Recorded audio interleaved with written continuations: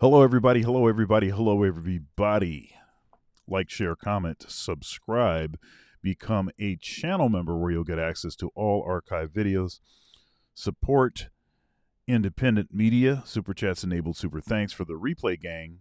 Cash App, Venmo, PayPal, Dr. Thunder Music, all one word. Spell out the word doctor. And if you'd like to feed me sandwiches, well, all methods apply. Sandwich gang in the building. Don't mess with my sandwich money. I am Dr. Thunder, and this is Two Dads React, and it's my collaboration with Tony from God Rules. And we're both dads, both husbands, both concerned about just what's going on in the world today and how it affects families in particular. And we come at this from a Christian perspective. Today's show, we're going to be talking about fake Tradcons. Fake Tradcon women. There seems to be an abundance of these women that are on the conservative, side. They're Republicans. They're, many of them are even like MAGA Republicans. And they are actually covert feminists, and actually in many respects they're not even that covert. It's pretty obvious what the deal is. Now, I have long said, and I continue to say, that both parties are filled with feminists, both Democrats and Republicans, because I don't listen to rhetoric. I don't listen to what people say. I watch what people do. I watch what they actually do. And I don't see a lot of I honestly, I don't actually hear even from Republican candidates a lot of anti-feminist, kind of discussion. And many of the women that are, as I said, are sort of the face of the sort of Tradcon and even trad wife kind of thing. It's actually, there's a lot of covert feminism happening. So we're gonna take a look at that. I've got a picture of Allie Beth Stuckey on the thumbnail. I think this is this is an example of what we're talking about here. You have a number of women, even if you look at someone like what's her name? She had her own show on. Let's see, she was on. Wait a minute, she was on. She left Fox to go to, what was it, NBC, or I think it was NBC, and then there was that whole her laughing about some folks with blackface or something like this. So then she got kicked out of there, and now she's basically just has her own platform. It's got a large following. I can't think of her name right now, but she talks all the conservative talk, and she makes a lot of sense. But when it comes down to it, her entire career, the kinds of things that she really advocates for, it's not traditional Christian values. It's actually something different, something much different than that. So a lot of folks that are on this sort of conservative, on the conservative side, although they're talking a good game, the rhetoric doesn't really matter. It kind of matters. It's like, what are you doing? What issues are you actually supporting? And then, of course, what are you saying, and what is your behavior behind the scenes? But anyhow, so we're going to be talking about that. We're also going to be talking about Zoran Mandami. And then this is interesting because when you look at the voting, who it was that voted for this guy. You're talking about mostly college educated folks that make between 100 to 200,000 a year. You know, 40 and older women. That's 81% of women voted for this guy. And I think that they think that he's going to somehow roll back a bunch of things. They probably think that he can roll back some things that Trump did or whatever. And you know, I'm a third party guy.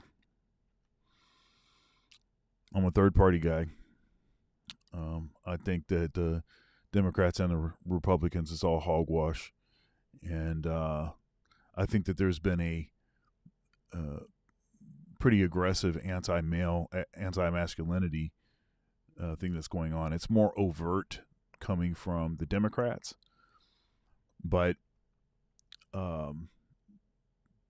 it's coming from the Republicans also, because their expectation is that men continue to just basically sacrifice themselves, you know, and so you have a lot of Tradcon rhetoric that is very much anti-red pill, and I'm not pro everything red pill.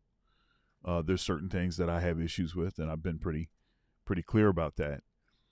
But a lot of red pill is just about basically, hey, this is the nature of reality. This is what's actually happening. Look, this is what the divorce rates are. You have child custody. These child custody battles, 85% of the custody has been given to women.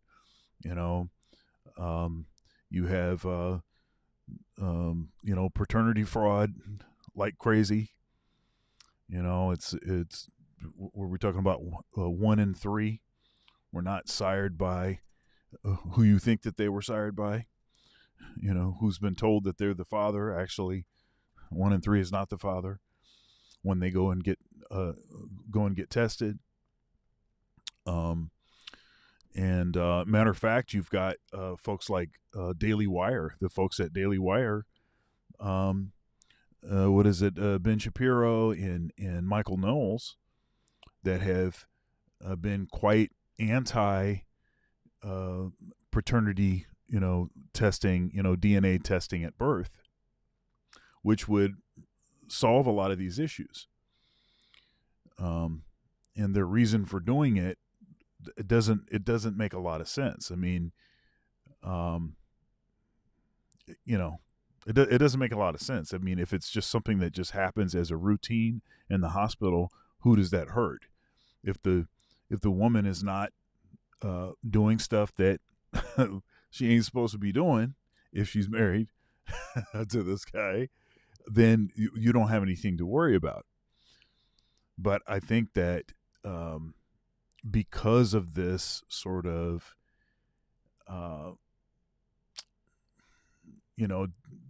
sort of blind protection of what is perceived as a leverage point, or for women, you even have Tradcons actually arguing against something that would actually protect the interest of men. So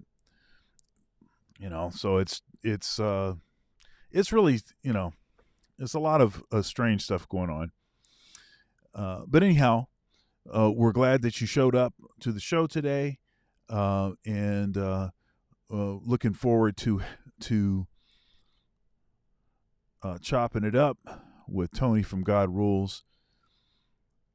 And we'll be right back with another riveting episode of Two Dads React. Let's go.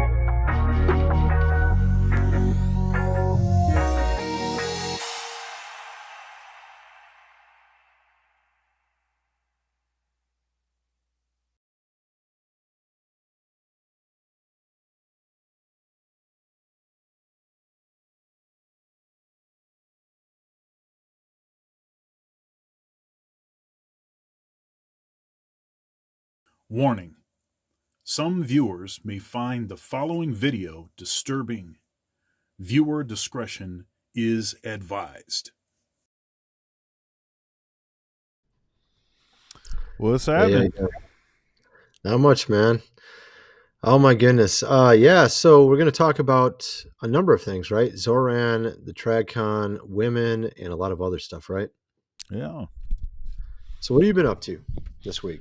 Oh, all kinds of stuff. It's busy. I've got a big concert I'm doing on Sunday.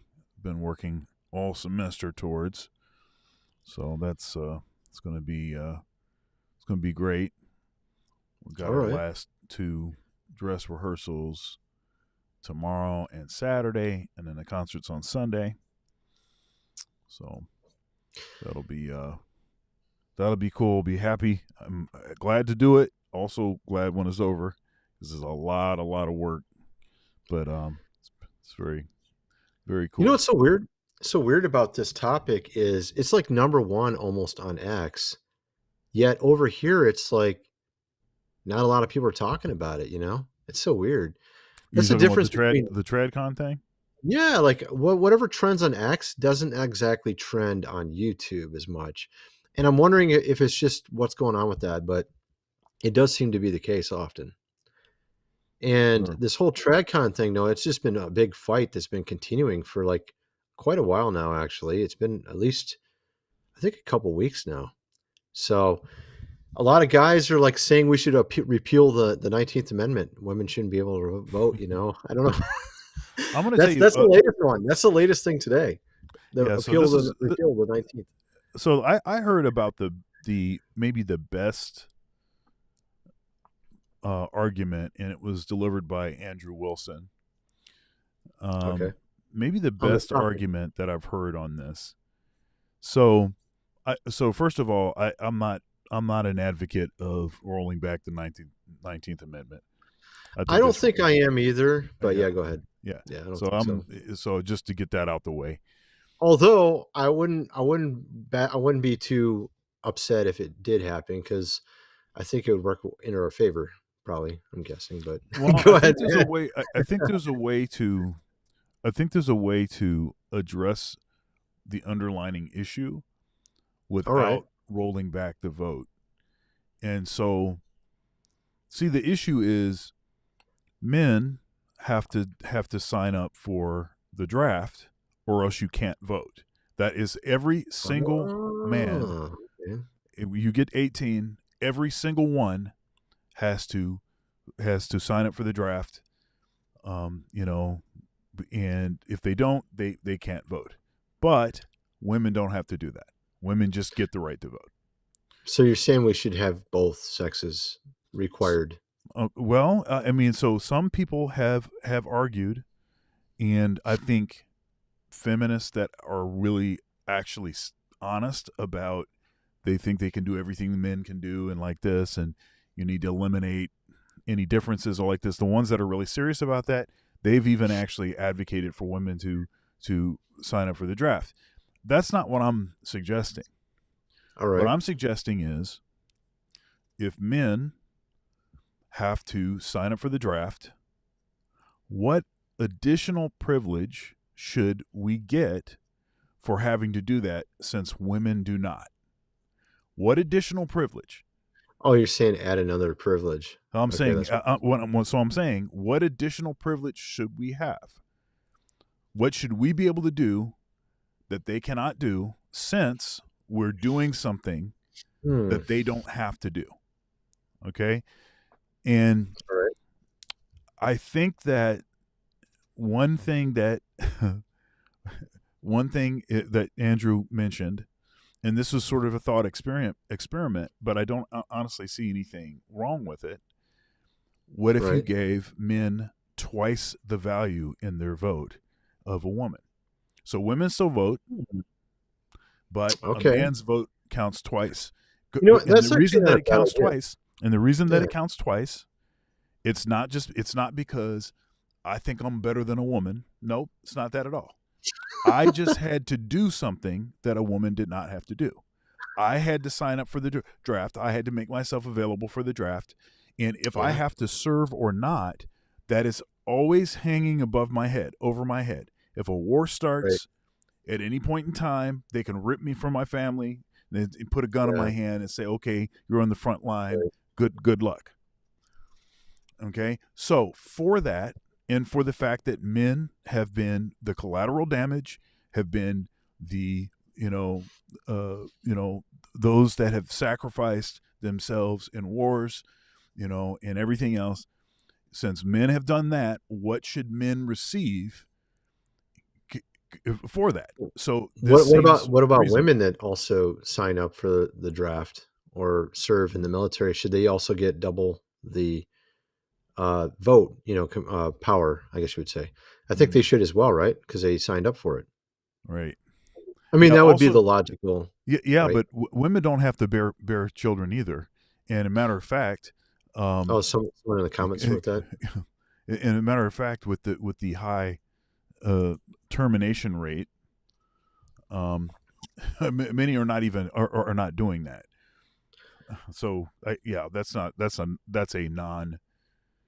non-starter. It's a thought experiment. I actually think so. There is a big issue here. Okay, there's a really big issue here because Mondani got in, and let's just pull this up. I don't know. Maybe Sure, you already got it yourself. You already got some of the stuff. sure. Women I can. laughing. Yeah, there's like women saying that. Well, here Oh, you now we're do going to be you under. do. Yeah, you do it here, I and can then send you this link because I can't play the audio. I can send it so to you you can though, send me right? the link. I can Yeah, here you go. I You can can check it out. play a couple things, and then I can play yours. Let's Yeah, see it's here. a woman laughing like, "Oh, we're gonna be under an Islamic caliphate." Ha ha ha. It's just ridiculous, you know? It's like they're doing it just to own their parents because their parents are MAGA. Oh, I just made them mad. So that was a great reason to vote for him. You know, I talked about in my video about my grandma, and I asked her, I was like maybe 12, 13 years old at the time. I asked my grandma, "Why did she vote for Bill Clinton?" And she said, "Because he's handsome." And I'm like, "Well, No, I asked her, what was the real reason you voted for him?" And she said, "That was the real reason I voted for him is because he's handsome." I'm like, "Bro, seriously?" I'm like, even at age 13, I'm like, that's not a good reason to vote. You know, like right. that's like not a good reason to vote. Just because you think he looks handsome is not a good reason. Yeah. All right. Okay, so here we go.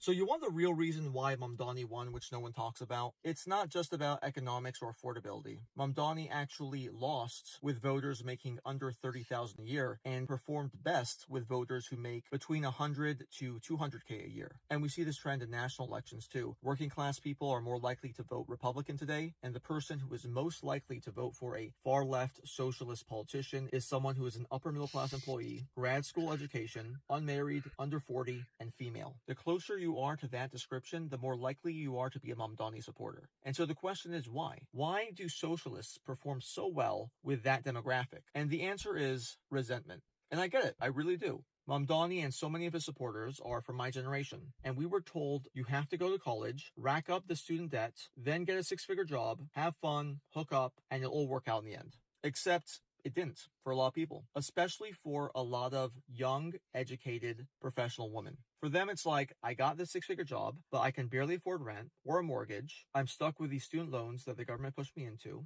My career isn't as fun or as fulfilling as I thought. And now I'm in my 30s or 40s, and all the guys of my status are either coupled up or dating younger. And they're like, I did everything the boomer feminists told me to do. Of course they're going to be resentful. And yes, they want to burn it all down. And what better way to do that than to vote for a jihadi socialist couch surfer to take over and run America's most important city?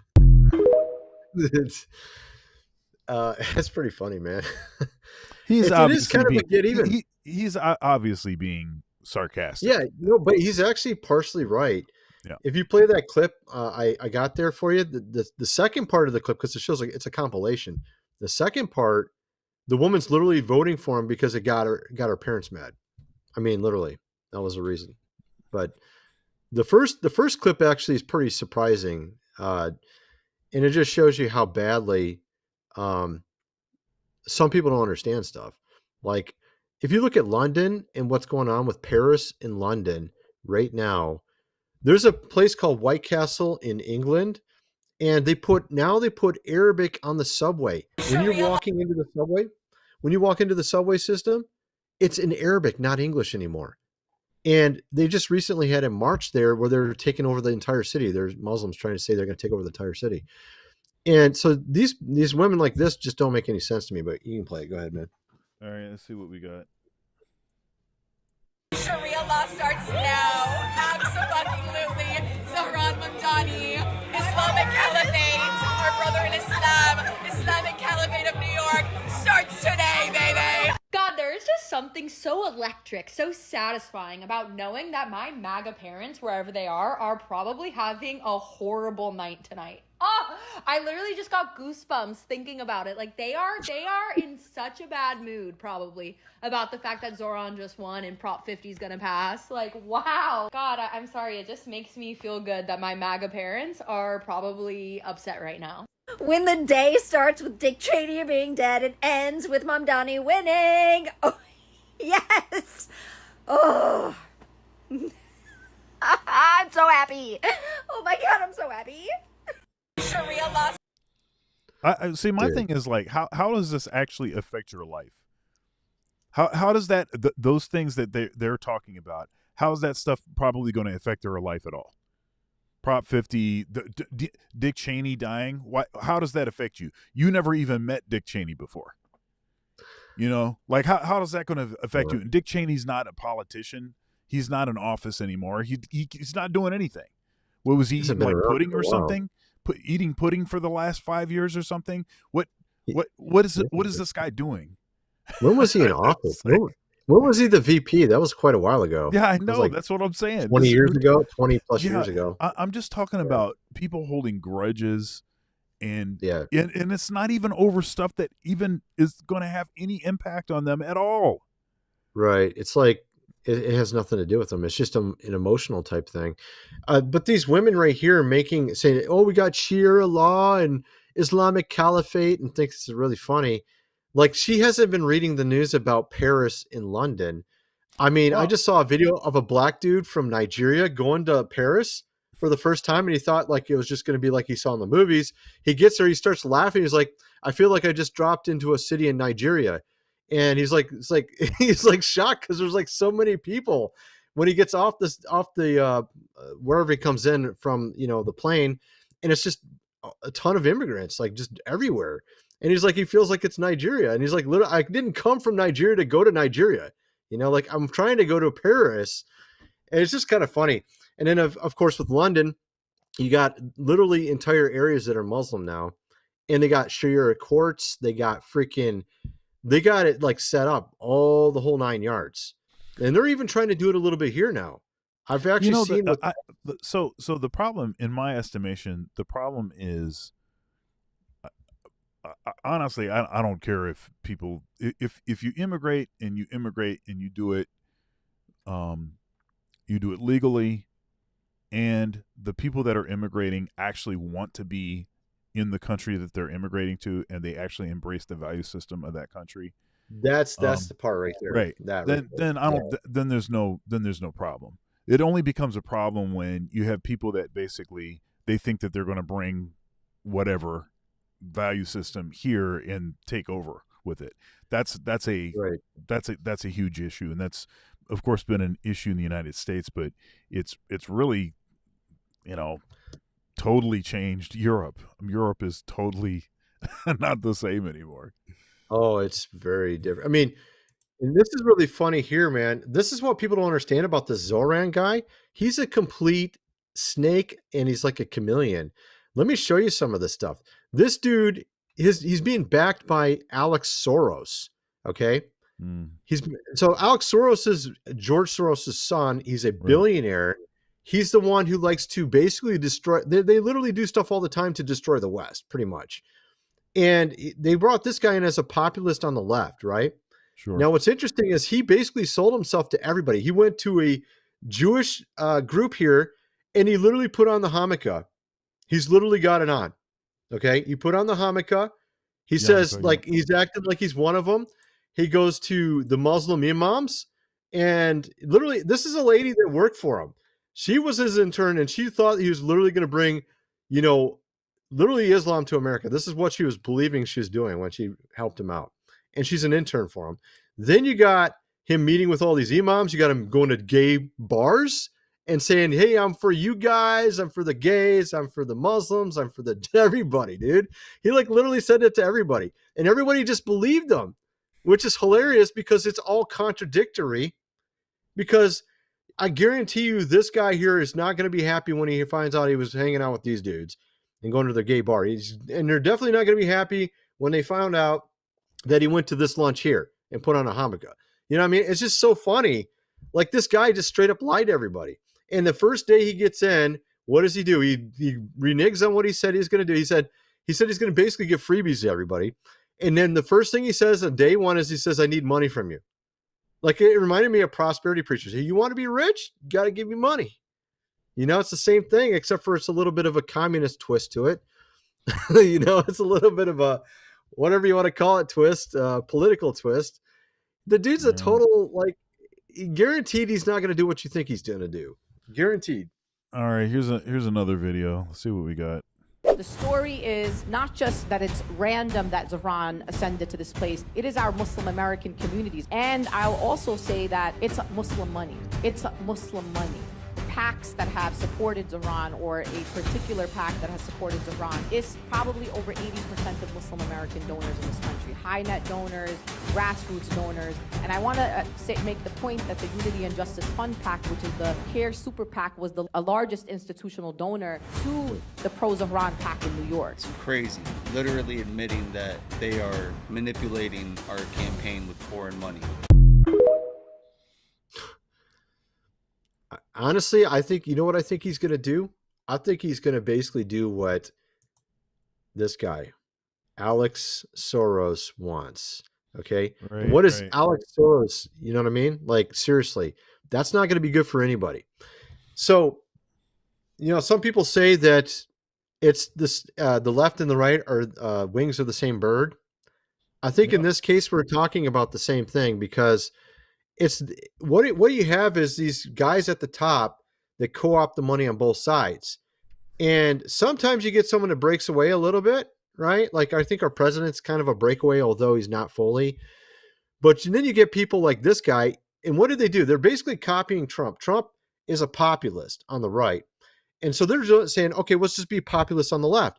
Except for in the case on the left, because most of the voting demographic is women, you don't actually have to be consistent. You just need to meet their emotions. You don't need to literally make logical sense.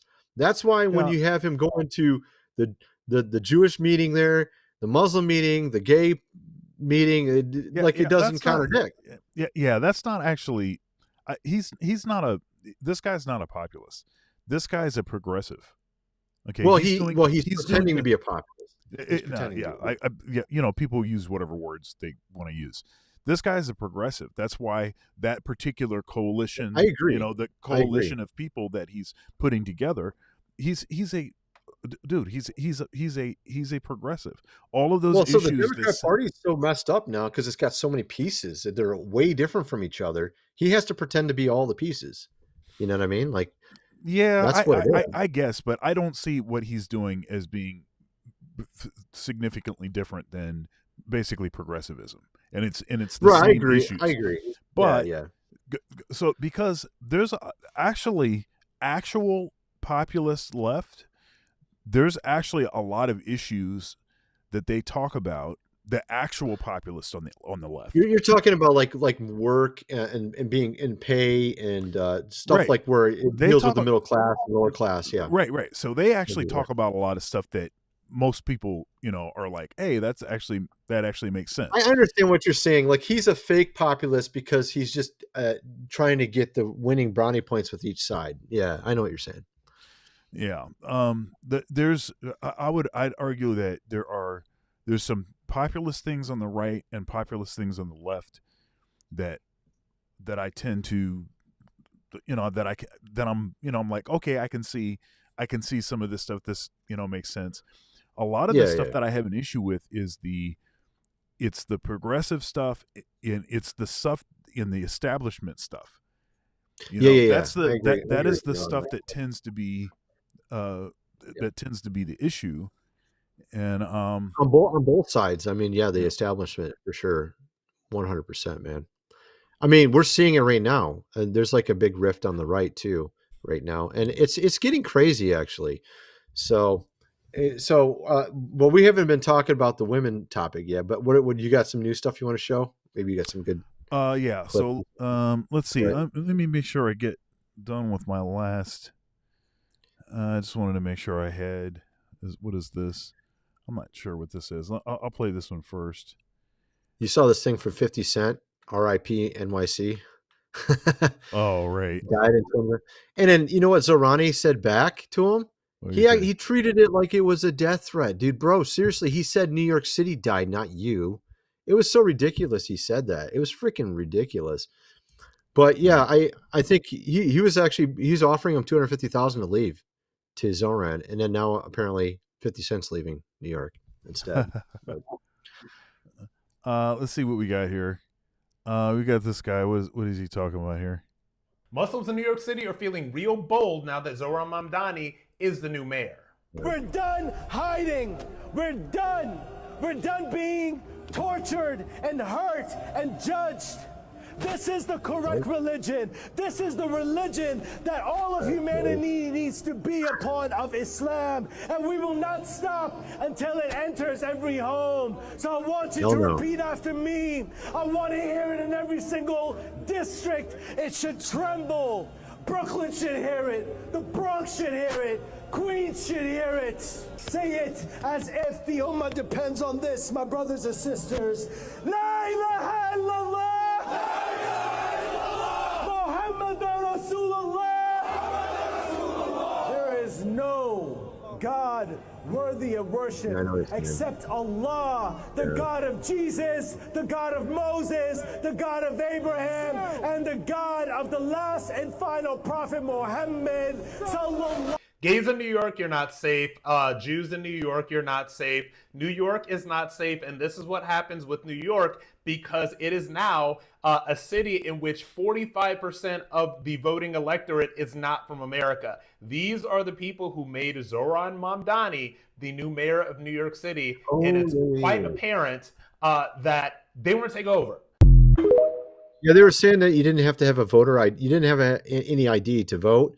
They had Mamdani on the ballot twice because he was in two parties, and then they even put candidates that weren't even in it anymore on the thing, which is kind of weird. So I don't actually have that stuff pulled up. I covered it on video the other day. But what was interesting is this clip here. This is from the guy who predicted that Trump would be president. His name's Kim Clement. He also predicted that a Kennedy would join him. The guy's been dead a decade. Okay. He predicted that Kennedy would join Trump. Trump would be president. A Kennedy would join him back in 2009. He predicted this. He also predicted that in November, Hypnotic November, which I believe is this year, that Islam would come from the inside of America and would become a problem. And people would start praying about this because of what's going on in America. You can play that clip, man. It's pretty interesting, actually, because he gets a lot. He predicts a lot of stuff correct, and the dude's been dead for like a decade now. Okay, let's see. See what this is about. He's a musician too. I don't know if you've ever seen him before. Let's see here. Be a lulling. You know, hypnosis puts you to sleep. God said this that is going to happen is going to be mesmerizing. During November and December, where I will expose one after the other. And people in this nation shall look and say, we have to call upon the name of the Lord. Because Islam has not only come from the outside, but from the inside. Yes. Therefore, watch. I listen to the prayers of the forefathers and the present fathers to bring what I promised to this nation. Would your greatest enemy stand on the Capitol, at the Capitol, and declare, away with you, dove, away with you, spirit, away with you, Yeshua. No, it shall not be, but you shall be afraid as you hear these things, but also mesmerized as I place many into a sleep, that I may draw out of them the beauty of the bride. This watch and see, says the Lord. Okay. So he's talking about Hypnotic November, which I believe is this year. He's predicted a lot of stuff correct, but I just thought it was really interesting that he talks about Islam coming into America, which of course, if you could imagine New York City with the daily call of prayer and people blocking traffic like they do in London, in Germany, they just canceled the Christmas festivals in a number of cities in Germany because of what's been happening in the past, where someone will be in a vehicle and just plow through them all. Okay. And it happens to be often, a Muslim. So they're claiming that's not the reason why they're canceling them, is because they're not profitable. But actually, I found out later that it was the reason, actually. So there's all these things going on right now where this is happening in the West. And it's pretty crazy, but we should get into the main topic. Go ahead, man. What are you going to say? We haven't even got into the main topic. I do want to respond to this. I want to know what it is that either of us said that is like something Trump would have said. I'm trying to figure that out. I want to figure out. Well, Trump says a lot of to stuff. say. I need you to be specific. Tell me how as I describe myself as a third party, somebody that is third party in a monologue, you probably just jumped in and just started saying stuff. I'm third party. I didn't vote for Trump. I didn't vote for him any of the three times. I voted for Trump. I voted for Trump twice. Okay, that's fine. But my point is, I didn't vote for the guy at all.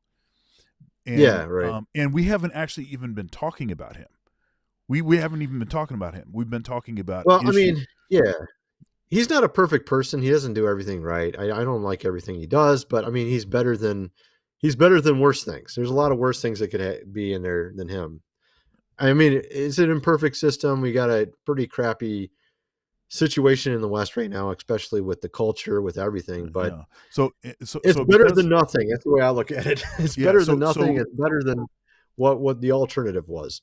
so Kamala because I have Harris an issue with progressivism, and so because I have an issue with um men not getting anything for, not getting anything for having to sign up for the draft, because women don't have to sign up for the draft, right? Women don't sign up for the Well, you're a draft, man. but they still get the right to vote, right? But men have to sign up for the draft. Yeah, okay, we get the right to vote for that, but what do we get for signing up for the draft? Well, we've lost a lot of stuff. You're right, man. Men have lost a lot. And I think even the family structure has been completely decimated Right. because of the Fed back in 1971 taking the dollar off the gold standard. People don't make as much money as they used to. So now you have to have two people in the home working, barely getting by. I just saw a video of people, like a couple, both are working and are living in their car because they don't have enough money to even buy a house or Yeah, even stuff is pay all rent, jacked up, man. It's crazy now, man. And I mean, it's getting nuts. The inflation is so bad. I think they need to put the dollar back on the gold standard. They need to get rid of the Fed. I feel like Trump may do it. He's been doing some interesting stuff. If he does it, I'm really going to be that'll be the best thing he did, period. If he gets rid of the Fed and puts the dollar back on the gold standard, everybody will be making 3 times as much money. You make 3 times as much money, will you be able to afford a family then? Will you both have to work then? And I think if we did also fix the vote thing, I think your idea is perfect. If we can make it to where guys get 2 times the vote because they have the draft, that would make it so it's much more balanced out, I think, on the vote. And I think it would be a really good idea. I mean, And we by need the to turn way, this whole thing around. The West is going to hell in a handbasket. We got to turn it around. And by the way, it's not actually my idea. It was an idea that it was from Andrew Wilson. It was actually his Andrew Wilson. And it was a thought experiment. And he actually was a panel. It was a panel of women he was talking to, and he said, "Okay, if I mean, he went He's a good around. guy. I mean, yeah, he went I around don't the agree with panel. all of his methods, but he's a good guy. He's a good guy. He gets a little bit crass with the women, a little bit extra crass these days. I think he's been doing it too long. Well, he uses a lot of I mean, he uses a lot of profanity and stuff too. And no, he's pretty hard that's on the not women. my- He's harder than he used to be. He used to be a little bit softer on the women. He's pretty hard on the women now, it seems like. But I don't know. he's a good guy. From the very first time I saw him, and I've been watching for a while, he's been pretty consistently, hard. He's basically hard on everybody. Yeah. He calls everybody No, an I mean, idiot, basically. And his wife is actually a real Tradcon. Like his wife is if there's the people on X that I actually follow that are women that seem to be on track more is like Lauren Chen and Andrew Wilson's wife. I mean, and there's a couple others. There's a Gina or something I follow. There's a couple of them that are like know what they're talking about, but a lot of these Tradcons are like very sordid history on only, of course, fans, doing stuff at conventions with dudes in the background that are married. Lauren Southern been with almost every single guy on the right and even some on the left, and allegedly have a baby from somebody on the left. Destiny. I mean, goodness gracious, these are not traditional conservative women, not even remotely closely. And it's just pathetic, It's really pathetic. Or maybe more of the women that are on the political right are actually like them. So that's what I actually tend to think. I actually think that not. I mean, it probably is kind of true, but I hope not. See, what I actually tend to I don't think so. What I tend to think is I think you have more open feminism on the left, where I'm proud to be a feminist. Right. You have more covert feminism. You have more covert feminism on the right. And so, well, it's like Christianized conservative feminism. It's like bullshit. It is complete bullshit. yeah. So that's an issue. So here this is Pearl. This is Pearl Davis, and she's talking about the trad wife thing. So let's hear what she's saying. A lot of the Tradcons will be like, oh, well, why don't men just like fight for their kids? And it's like, well, if you saw what they have to go through, like a lot of guys go bankrupt because, again, with that one phone call, he's paying for a mortgage that he's not even living in, like, because the house is still in his name. So he's paying a mortgage on a house that is like he's kicked out of because of the restraining order. Then before court even happens, he can be on child support, and the entire community thinks he's an abuser. And a lot of these guys have lost his jobs, their jobs because, like, I mean, if all your friends, sometimes your family thinks you're an abuser, right? Like, you're gonna go kind of crazy. And so, like, a lot of times these guys, now they're unemployed, now they're in a ton of debt, and there's nothing they can do. And this is when a lot of guys zero out and they kill themselves. Because what they'll do is they'll look at the stat that says, like, the men that fight for their kids get custody. But they don't, like, and so they'll say, well, why don't men just fight for their kids? And it's like, okay, yeah, but the average guy doesn't have $100,000 to spend to get custody of his children. Yeah, this is a big problem. But what you hearing, and I said this during the monologue, you have folks like Ben Shapiro, Michael Knowles. You know, you have them basically telling men that they just basically just need to man up, and and stuff like this. And My God. and it's problematic. No. I mean, hey, fight for your kids. Hey, you need to fight for your family. You need to, That's bullshit, man. I mean, I agree. You should fight for your family, but do you got hundreds of thousands of dollars, like you said, right? So you have them doing that. You also have them actually actively pushing back against DNA testing at birth, because we know that paternity fraud is a huge issue, and it's a huge issue in the Black community, but it's a huge issue, period. I mean, you have I saw this and this is years ago. There's a guy and he had what is it, 4 kids, with his wife, and then he was diagnosed with this particular disease, and one of the side effects of the disease, or one of the things that it does, is it makes you sterile, so you can't have kids. Oh, okay. And so it turns out that his wife, and this is a white guy and his white family, it turns out that all 4 of his kids were actually sired by the same guy that his wife had been having an affair with the whole time. Oh my goodness. Right. And he didn't find this out until like one of his kids is like 20, and like this. So this is for his whole life. She's been pulling the wool over his eyes for the whole time. And of course, what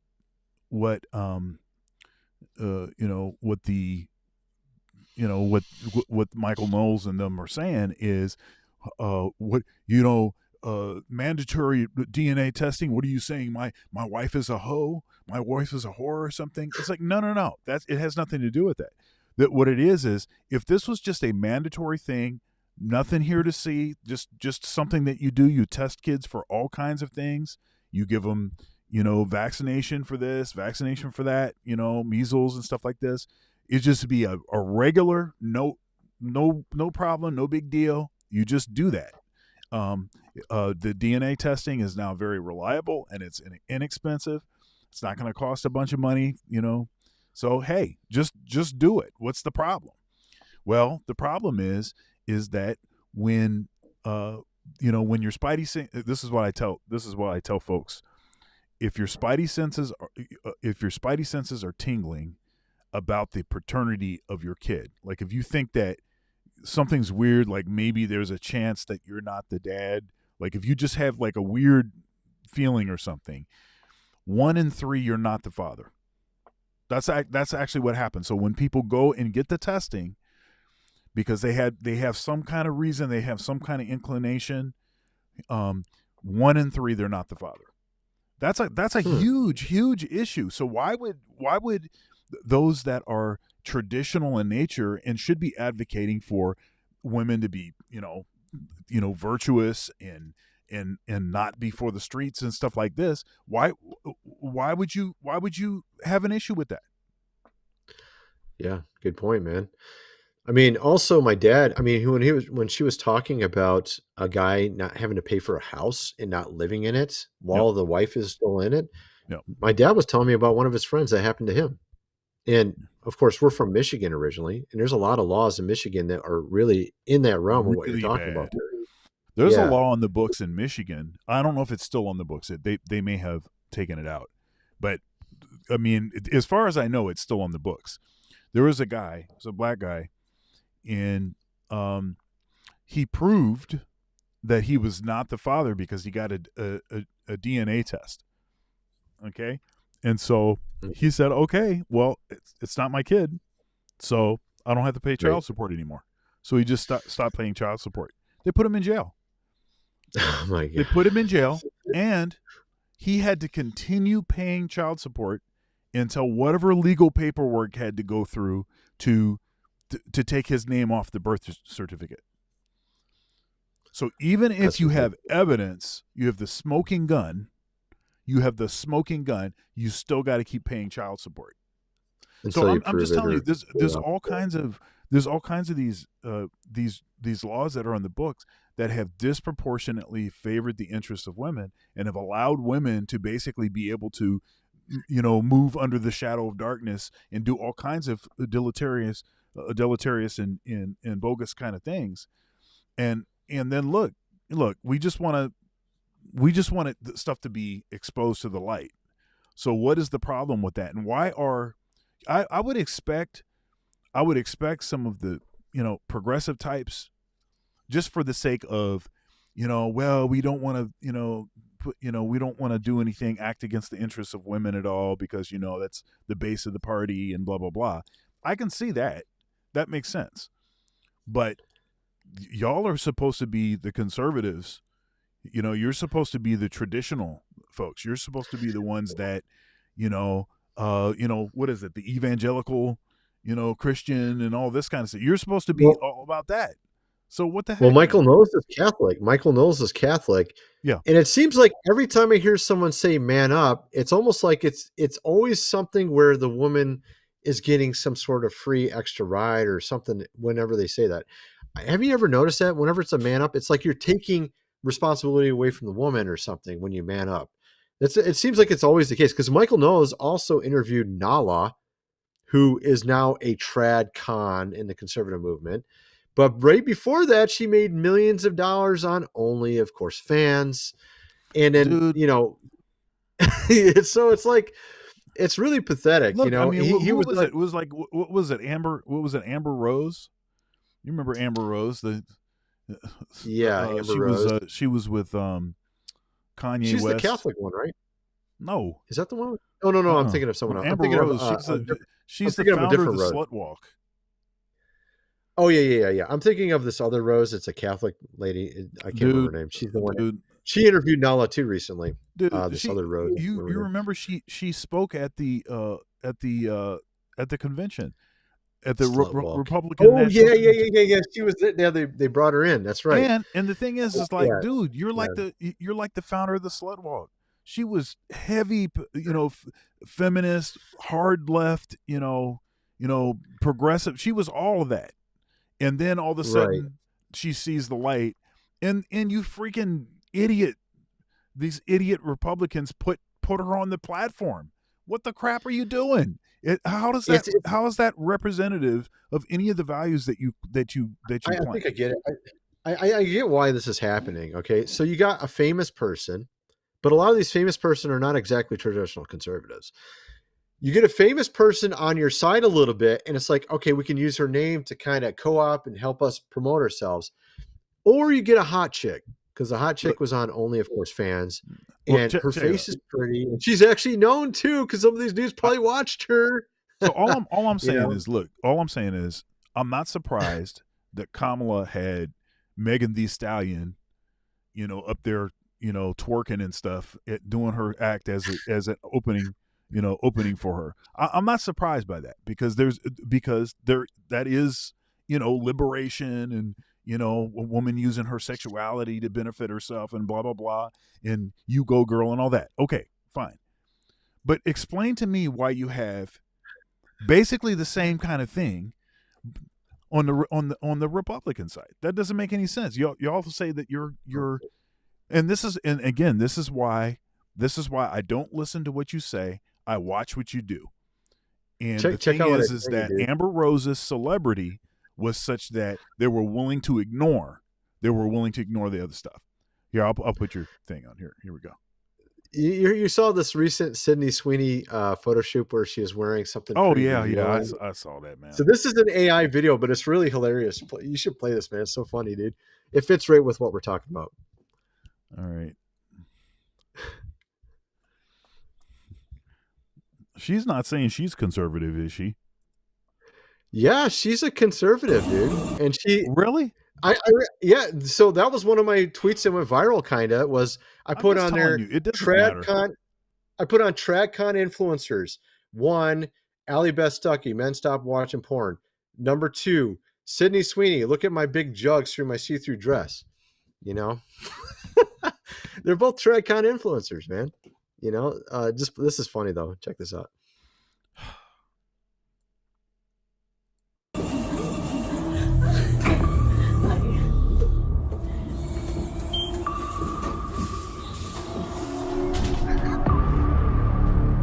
Yeah,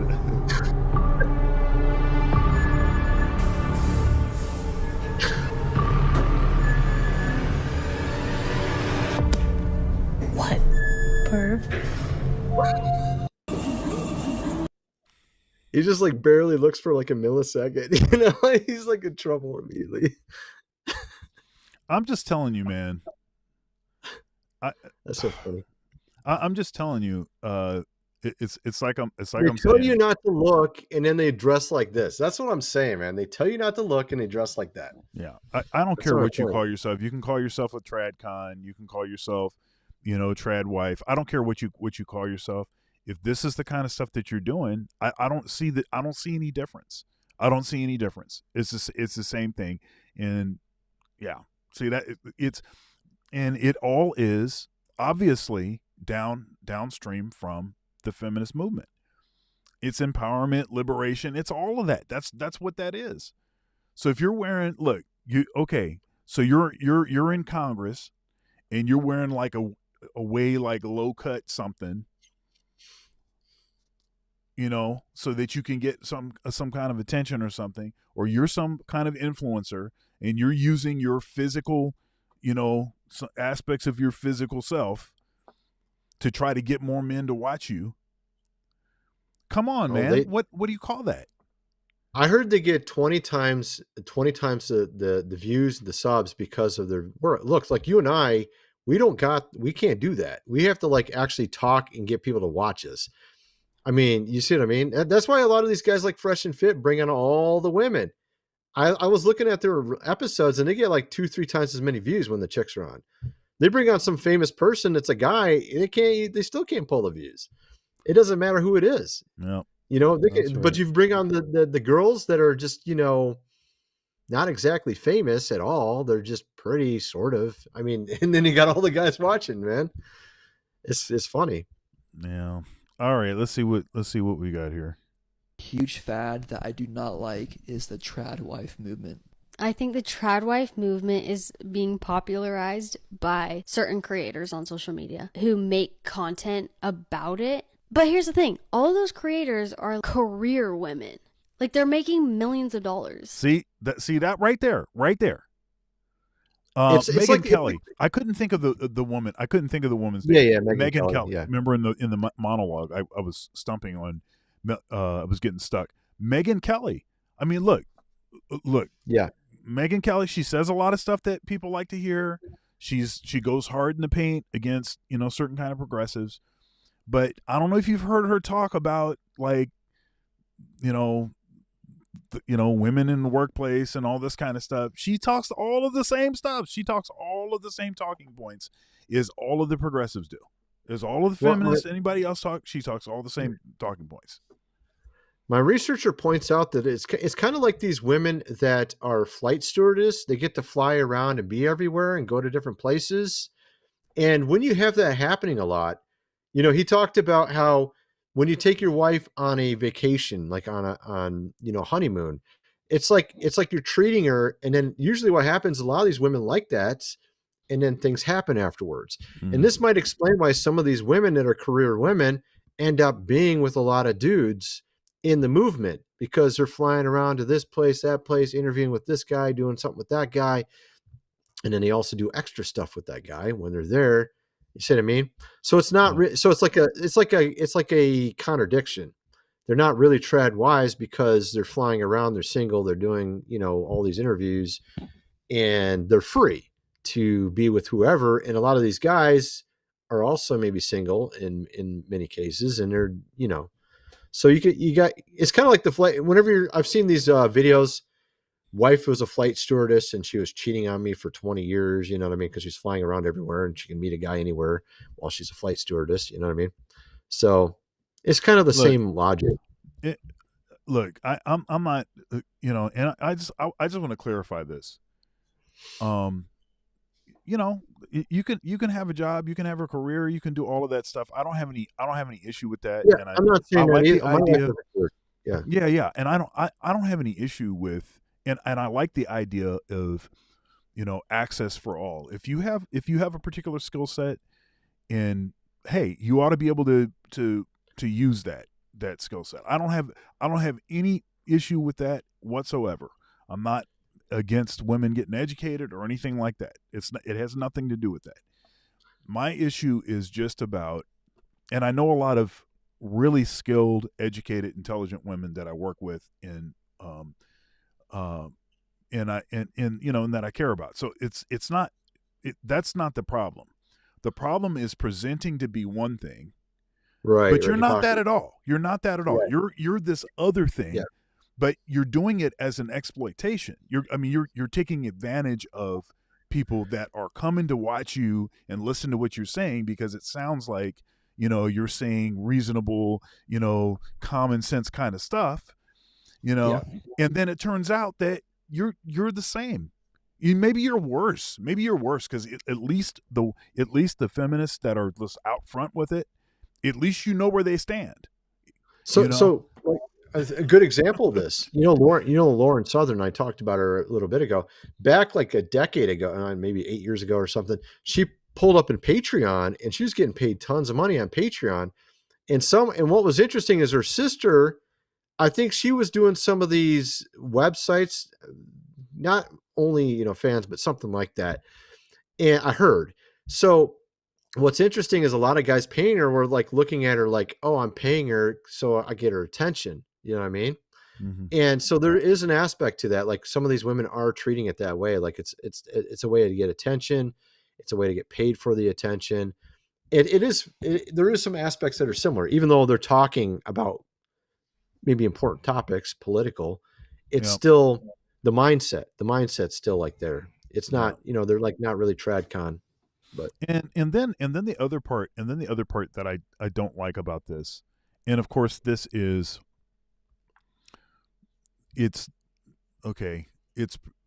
definitely proportionate to, or we'll say that there's a high correlation between level of conventional attractiveness and an inverted knowledge and sophistication.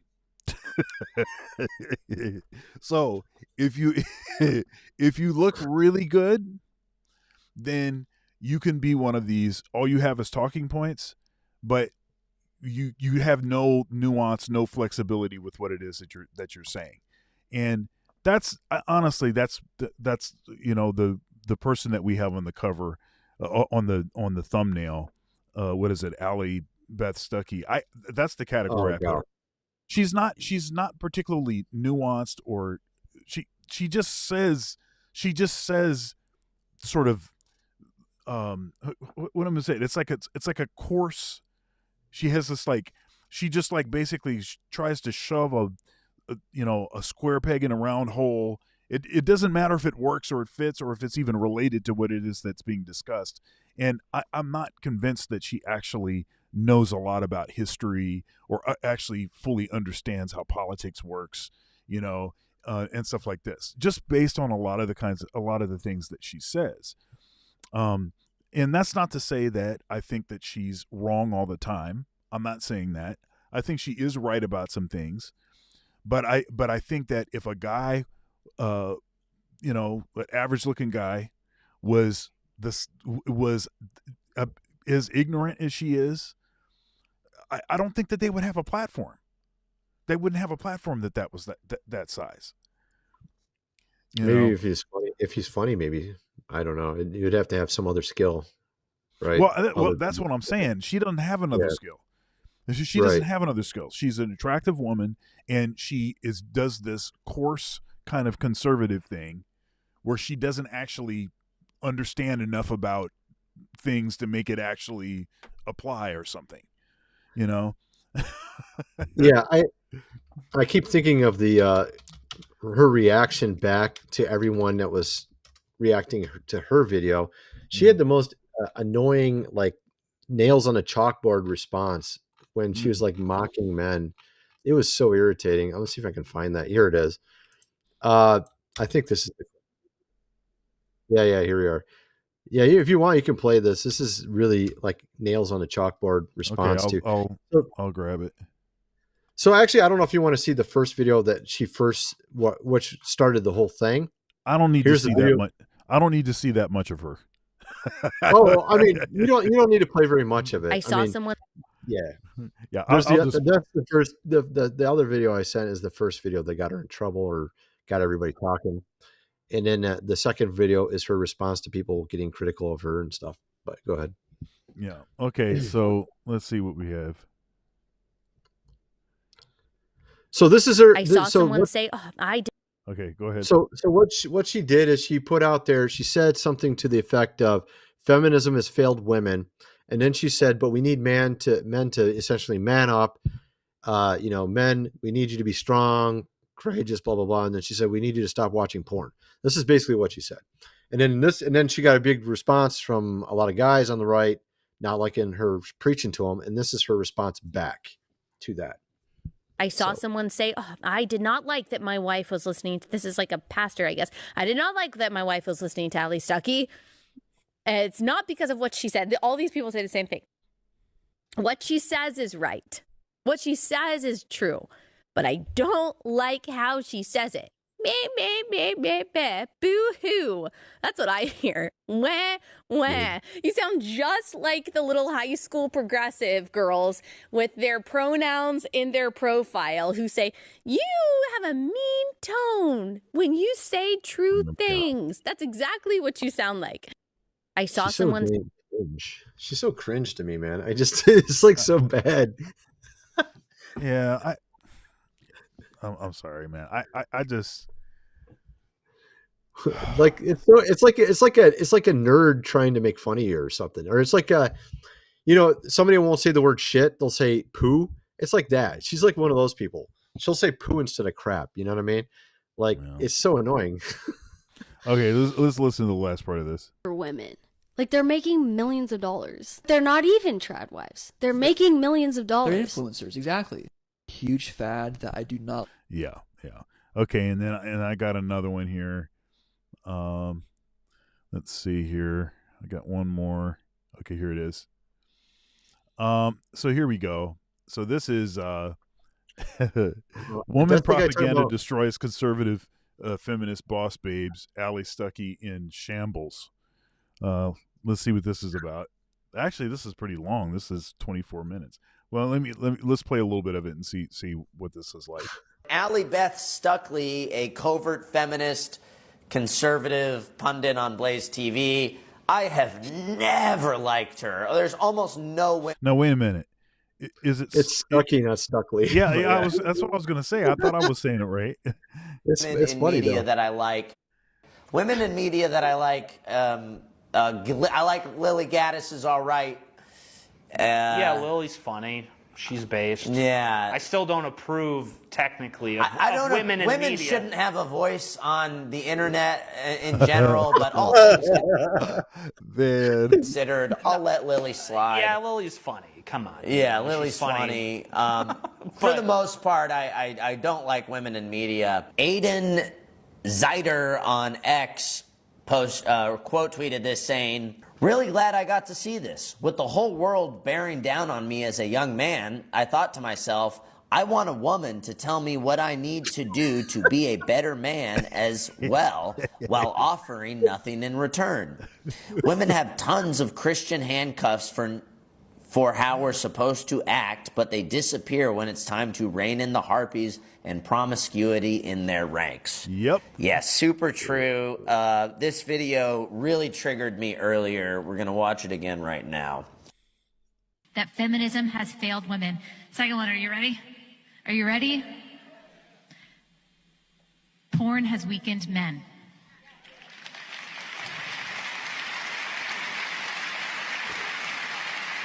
And you know, Charlie was so good at talking about this and so good at talking so courageously and sternly and clearly to the young men.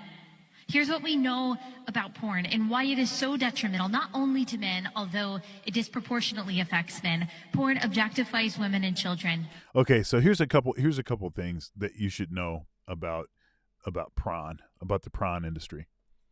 Okay.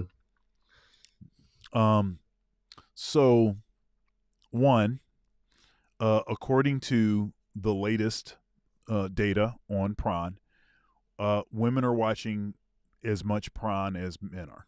So that's what the stuff is showing. The data shows. And that's not even counting their new book, Glory. Was it Glory Hole Milk? You heard about that Glory Hole milking thing? Yep. Oh my goodness, that's so disgusting. Yeah, go ahead. Crazy. It's crazy. Like And then there's several other things, and it is the case that disproportionately the women that are in prawn, they were abused when they were kids. All kinds of stuff happened to them. But guess who won't flat out advocate against prawn? Feminists.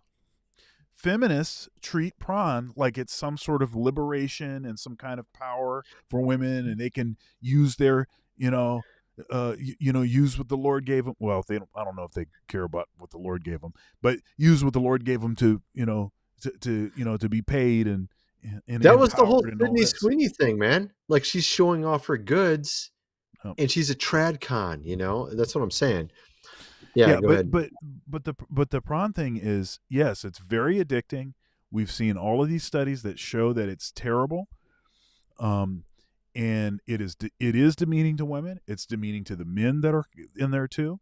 It is, it's horrible for society. But the Democrats and the progressives, right, the feminists, they will not advocate against it. I reviewed this video. What was it? How long ago was this? This was probably had to be about 5 months ago, and there were three feminists on this panel. One of them was just a garden variety feminist, and she sounded like a total zealot, like a true believer, And then the other two were so-called maternal feminists, and the maternal feminists they both had kids, and so they were rethinking how far the feminist movement has gone, and that it's gone way too far, and it's been corrosive and destructive, and it's screwing everything up, right? And so they're more reasonable with their thing. But this regular garden variety feminist, of course, she doesn't have kids. She had some bad experience with some cult or something when she was a kid or something like this. So now she's like, spread it around, give it to everybody, and like this. And so the host asked a direct question. He said, look, given the damage that the prawn industry does, would you advocate against it? Would you advocate for a ban of prawn? And she was like, no. Right? No, the other women would. The maternal feminists, they were like, yes, this is terrible. It's horrible. It's demeaning to women. It's Mhm. you know, it's toxic. It's blah blah blah. It's screwing up people's relationships. People are you know, totally addicted to it. Like this, it's screwing up regular interactions with human beings because of this stuff. But she was like, no, you know, because it's like, you know, it's empowering to women and like this. So it's the freaking feminists that keep protecting this industry that's destroying everyone. But notice that the way that they frame this is they try to blame the men that are actually many in most cases are totally addicted to it. You know. Now, here's the thing, though. Here's the thing. Also, this is what I've been pointing out on my channel regarding this. Look, feminism. You just said all three were feminists, right? Yeah. Well, two were reformed feminists. And then you heard Ali Beth Stuckey in the beginning. She said feminism has failed us, right? Yep. My whole point is that actually the church has been doing this too, by the way. Everybody on the conservative side of the church, everybody's been doing this for a decade. They've been saying that if you get rid of prawn, you're going to solve the whole problem. But actually, this is a complete ruse. It's a lie. Prawn is a symptom of the real problem. What is the real problem? Feminism is the real problem. So this is what I've been saying on my videos. I've been saying that actually, if you got every guy in the world off it and no one ever watched it again, we would still have all the crap going on we still currently have. It would be just as bad because the women are still feminists. You still got all these laws in place. You still got the Fed in place. Everything's still screwed up. It doesn't solve. So we've been told in the church that if you get rid of this, it solves everything. But actually, that's a lie. It's a flat out lie. I don't think that it the solves real everything. problem. It won't solve the whole point. My whole point is it won't actually pretty much. It's a symptom of a problem. It's like blaming the wrong thing, right? It's blaming the wrong thing. Feminism didn't fail women. Feminism was a failure from the beginning. All feminism is a failure. It's all evil. It's all a corruption. All these women are all feminists. And the point is that none of them should be feminists. That's the entire point. That's the entire point. You get rid of feminism, you get rid of the Fed, you put the dollar back in the gold standard, you get rid of these bad laws, everything's going to go way better. And guess what? Men will get married because they'll be able to get married because the women will be normal again. And then if the women are normal and you actually have the ability to afford things and actually have a family, then there ain't going to be like a million dudes paying for some chick on only of course fans because they'll be busy making a family. I don't know. See what I mean? It's a symptom. I'm it's not a symptom. well. So I do agree that it's been. And I don't think all eroticism's evil either. I think it's just the way it's been positioned in our society. It's become a problem. Yeah, that's the way I look at it. So I don't think that prawn is necessarily the source, but I think that the kind of rampant access that children have to seeing prawn is irreversible. It's irreversible, and when they've done these. Well, the thing is they've done these studies, and they've learned that kids are being that prawn is being exposed to most kids, and as early as like 9 and 10 years old. And so the thing is, that once you've seen that stuff, it's like an irreversible sort of thing that happens. It totally damages you psychologically in your way that you even interface with the opposite sex. It takes. I kind of feel like I don't really agree with that. I do agree partially, but not fully. I kind of feel like that's like I feel like that's sort of a thing that they sold us. You remember that whole thing with Ted Bundy? They tried to blame prawn for why he became a serial killer. You also had back 100 years ago, psychologists would tell you that if you masturbated or something, you would go crazy. So they have all these weird theories that they put out there. This is different. I mean, all of the studies that are out and that they actually scanning the brain and showing what the brain is doing when people are actually looking at prawn. I don't know about this stuff is, yes, the source of this, which has propped this up and made it have this kind of access, everybody have this kind of access to it, yes, is feminism. That's true. Well, However, it's like the thing itself is so toxic and corrosive that it's just poisonous, and once it gets in, it's there. It's just there. I look at it like this. If you take food, for example, like let's say, so what they've done, I feel like it's these people at the top that have purposely made it this way. They push trans, they put these laws in place to make it very unfriendly and bad for men if they get married. They put the Fed in place to rob us so that you don't ever have enough money to build a family. They put feminism in place to essentially make all the women undesirable for marriage. So all these things have been put in place. It's kind of like, imagine they took all the food away from you, so you have no food left. You're in a desert and they only give you one type of food. And that's basically the way I look at prawn. It's like they purposely set up all the conditions to where you're literally starving to death. You're thirsty, and they only give you one option. Here it is. That's it, man. And then you can get this other thing, but you got to run a couple miles to get it. You know, you got to go way over here. You got to do all this crazy shit to get the marriage going, right? So they purposely made it set up that way. I see it from a different aspect because a lot of men, particularly in the church, have been told it's a sin to ever do this. So they're like obsessed with trying to stop the sin. And so the way I look at it is from a different aspect. I'm looking at it as you got these guys at the top. How can I set up a system to where I can destroy marriage? How can I set up a system where I can get people on a treadmill they can't get off of? How can I set up a system to where the women are undesirable? All these things. And so they put lots of things, maybe 10, 20 things in place to make it basically impossible to actually have a normal family anymore. And once you get all these things removed, and what I'm saying is once you get all these things removed, I'm looking at it from their aspect that they're trying to purposely set up a situation to where people don't have kids. I don't disagree with that.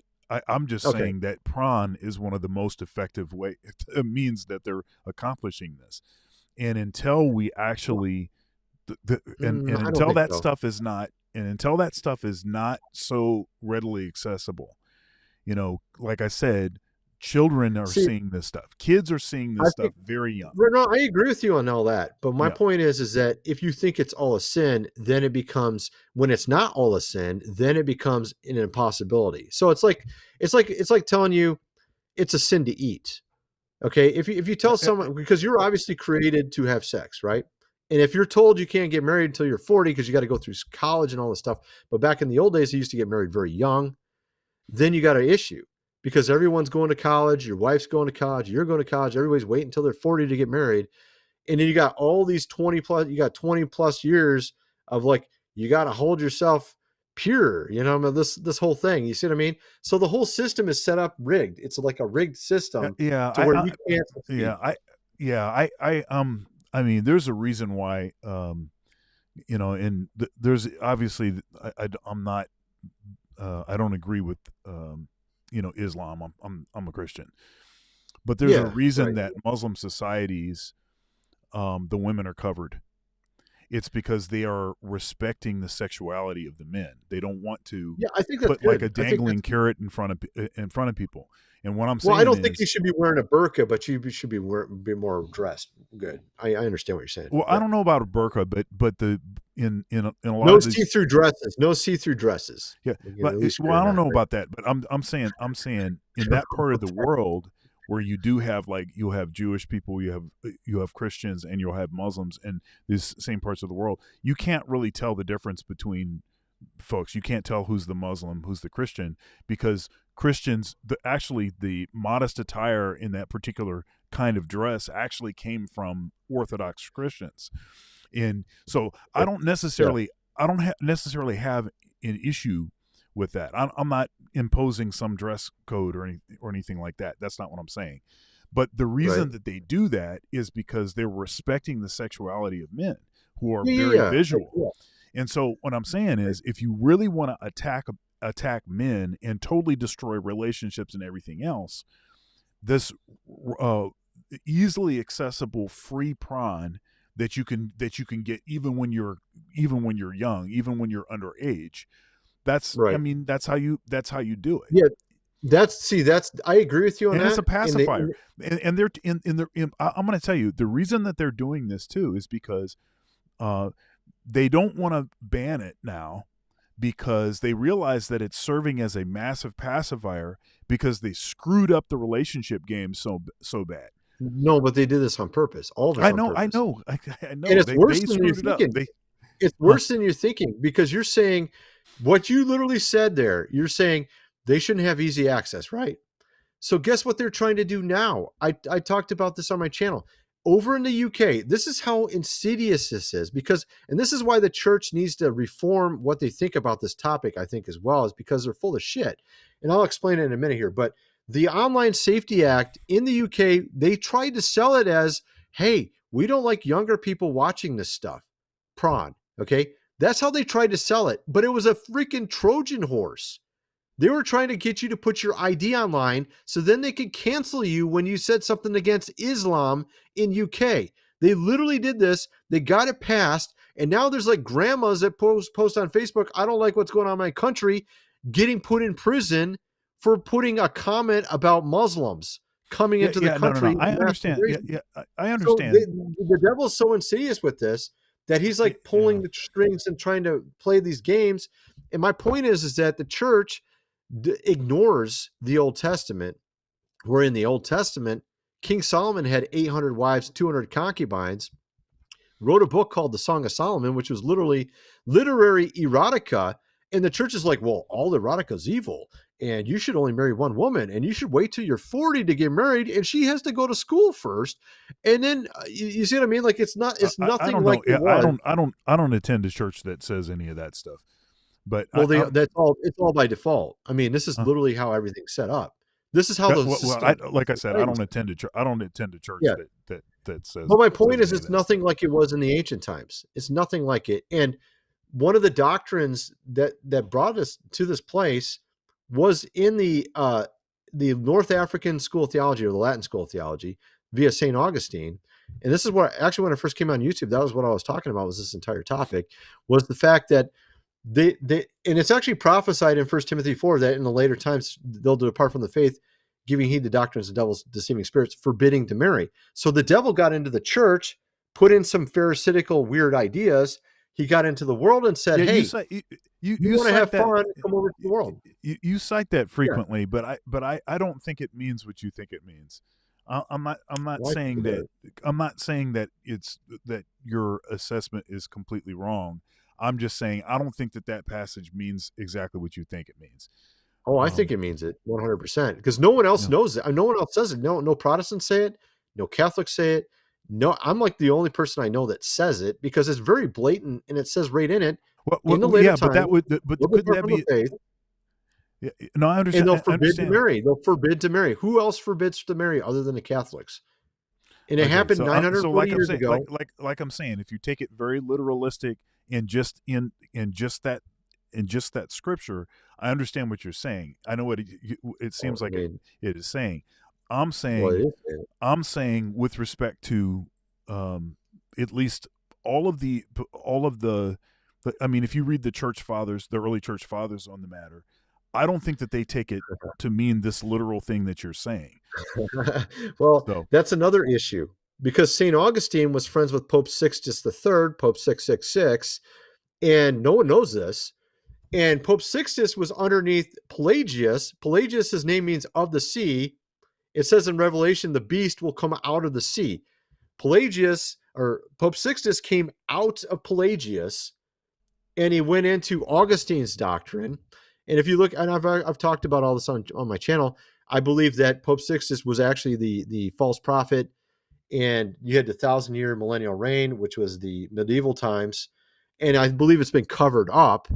And that's why they only give you selected people from the early church. They don't give you all of them. They give you selected copies. That's why Origen's materials were all gotten rid of as well, most of it. But I think a lot of the things that they point out are the ones that fit their doctrine. If you look at the Protestant and Catholic Church, Protestant and Catholic Church both have the same father of theology, St. Augustine. And St. Augustine was the father of theology, was the theologian, right before the Middle Ages, Yeah, just like Jerome. and by the way, I don't have the same. I don't have the same issues with Augustine as you do. By the way. Oh, I But think Augustine was very bad, but I don't think yeah, it was as bad as Jerome. Jerome was way worse. Jerome yeah, was very bad. yeah. I don't have Jerome the was the same one, issues. Jerome was the first guy to say that we should only have 66 books in the Bible. He didn't even want to translate the Apocrypha. He was the Yeah, first one to say that.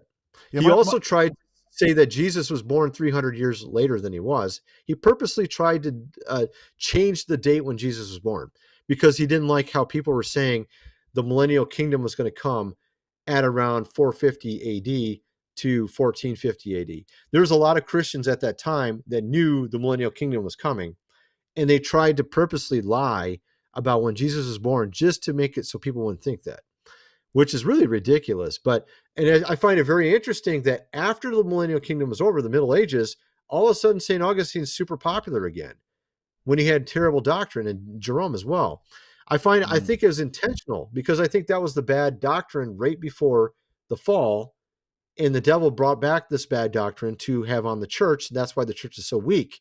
That's why the church has so many problems. I think it was intentional. Yeah, And this is my theory. And you keep saying the church, but we know that that means something completely and totally different to different folks. And I don't think it's one. I don't think all of Christendom is the church. You know, I think that there's certainly large aspects of it that I wouldn't even say is church.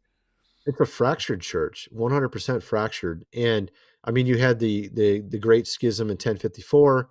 Then you had what happened at the Protestant Reformation with Martin Luther. And I'm no fan of Martin Luther.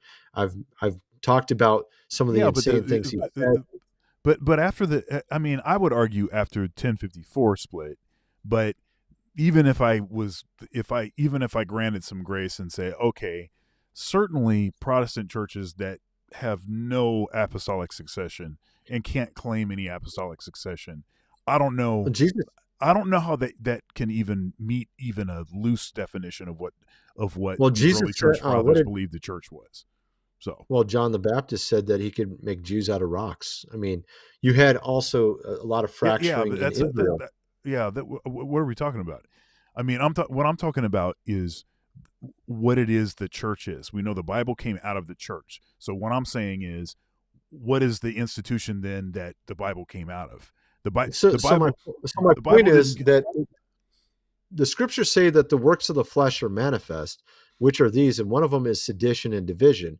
And the first church to make a division, at least in my mind, was the Catholic Church. And so it wouldn't be too surprising that if the Catholic Church divided from the Orthodox Church, that its daughters, the Protestant Church, would be the same way and continue the same perpetuation of sin by dividing more. So that's why the Protestant Church is divided. If you look at it, it makes logical sense. Yeah, I don't disagree with that assessment.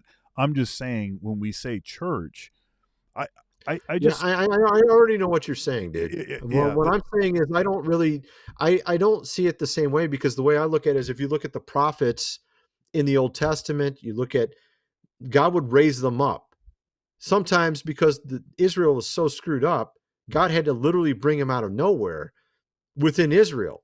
And I'm saying that God could do that also with the church. The same thing. I don't see that would be a contradiction on so many levels as to make most of the New Testament absurd and not mean anything. Because I don't think so. I think it's totally the case. Well, what Bible verse would that make it absurd? But the thing, so here's the problem is the Bible. So here, the problem is that the Bible came from a particular institution. Yeah. And so what I'm saying, I know your argument. My whole point is that what part of the Bible is making it absurd? No, okay. So you were saying something, I was saying something, and then you started saying something when I was saying something. I'm trying to be specific about what I was saying, because I don't know that you're I don't know that you understand what it is that I was saying, or because your comment doesn't make sense given the historical record that you just provided about who split off from who and all of this kind of thing. I'm saying that the Bible came from a particular institution. The Bible didn't come from the Pentecostal church down the street. The Bible didn't come from, it didn't come from, prosperity gospel guys. That's not where the Bible came from. It came from a historical institution, and you can literally trace back to that institution is. That is the institution that's called the church. And so is the Catholic Church part of that institution? So as I said before, if I was trying to be gracious, then at least the Catholic Church loosely could claim apostolic succession, but I don't think so. I'm Orthodox. If I was going to use your argument, no. Listen to what I'm saying. You didn't let me finish. But I'm Orthodox, so I obviously made my choice. Who I think the church is. I made my choice of who I think the church is. But what I'm saying is, one thing about Orthodoxy is we are clear on what the church is, but we don't say what the church is not. So I'm not going to say that is not the church over there. I'm just going to say this is the church. And the reason that I can say that is because of the unbroken succession, because of the common practice. I already know your entire argument, dude. I literally know your entire argument. And my point to you is that if you guys have apostolic succession and you say loosely the Catholic Church has apostolic succession, then you could easily say loosely the Protestant Church also has it, because I think the argument doesn't make sense. That's not what I said. I think my point is I don't think if I was coming from your angle, I would just say that if the Orthodox Church has apostolic succession like you're claiming, then you would have to say, well, then the Catholic Church doesn't because they broke off. Well, that would contradict what I just said about the Orthodox perspective on what the church is. We'll talk about what the church is. We don't talk about what the church is not, and that's the reason that I. But are you guys actually? So my whole point is that if you go to the early church, I don't think they agree with everything that per se your Orthodox Church teaches. Is my point. So I think that you guys have changed over time. Some elements of the Orthodox Church have went a certain direction. Yeah, I think so. Ethiopian Orthodox. I mean, I can tell you this. Ethiopian Orthodox Church has more books than you guys do, for one. Yeah, but the Ethiopian Church. No. But the Ethiopian Church. They also celebrate on Saturday, not Sunday, right? They do that as well. So there's a lot of differences. They have service on Sunday. No, they do Sunday, but actually Orthodox does on Saturday and Sunday. Saturday is Vespers, and then Sunday is the Divine Liturgy. I mean that's something that happened, during that happened before Apostle Paul. That was something that they were doing that before that. But my point is that you can have evil people get in power in churches. That's why you had Pope Francis. He was obviously not a Christian. It's very obvious. He was off track. He was very satanic. He even met with the Roth family. He did a lot of really evil stuff. He was not a Christian whatsoever. But he supposedly is leading the entire church of the Catholic Church. Yeah, but this leads to a point that I've made in previous shows. What you have to have, because you're going to have human beings that are despicable and no good, and they're going to get into positions of power. Well, you said apostolic succession. He's in power. How did he get there? If it was on track and it was unbroken and it's perfect, then why was he there? Yeah, but I didn't say any of that. Yeah, but that's a straw man. That's the assumption in your argument, because you're saying I'm not assuming anything. No, you're saying Protestants. That's a straw man. No. You're saying, that's a straw man. I don't think so. No, it's a straw man, because we already talked about this. What you're doing is you're saying that I'm saying that the Catholic Church is valid. I didn't say that. I'm just saying that I'm saying that the Orthodox Church is valid. I'm not saying anything about. You believe? Yeah. Well, you obviously have a balance of powers, and if there are some people on track that are in power in the Orthodox Church, they can kick out a bad person, and you can make an argument from that. But you can't really make an argument on the Catholic side because they have one person in power, and he clearly can get off track because he did. And it's very obvious to anybody that reads the scriptures that Pope Francis and a lot of other popes in the past were very far off track. And now, in some cases, not even Christian. So, Sure. I don't have to. I don't feel like right. But I don't feel like I have to defend the Catholic Church to You make don't the have point that to. I'm making. You don't have to. Right. But my point is, that this whole argument of apostolic succession is based on your framing of the phrase apostolic succession. No, it's and not. I'm saying It's based that on if you what go off, what do you mean based on my well, framing? if you go back to the early church, I don't think they framed it the same way. They absolutely did.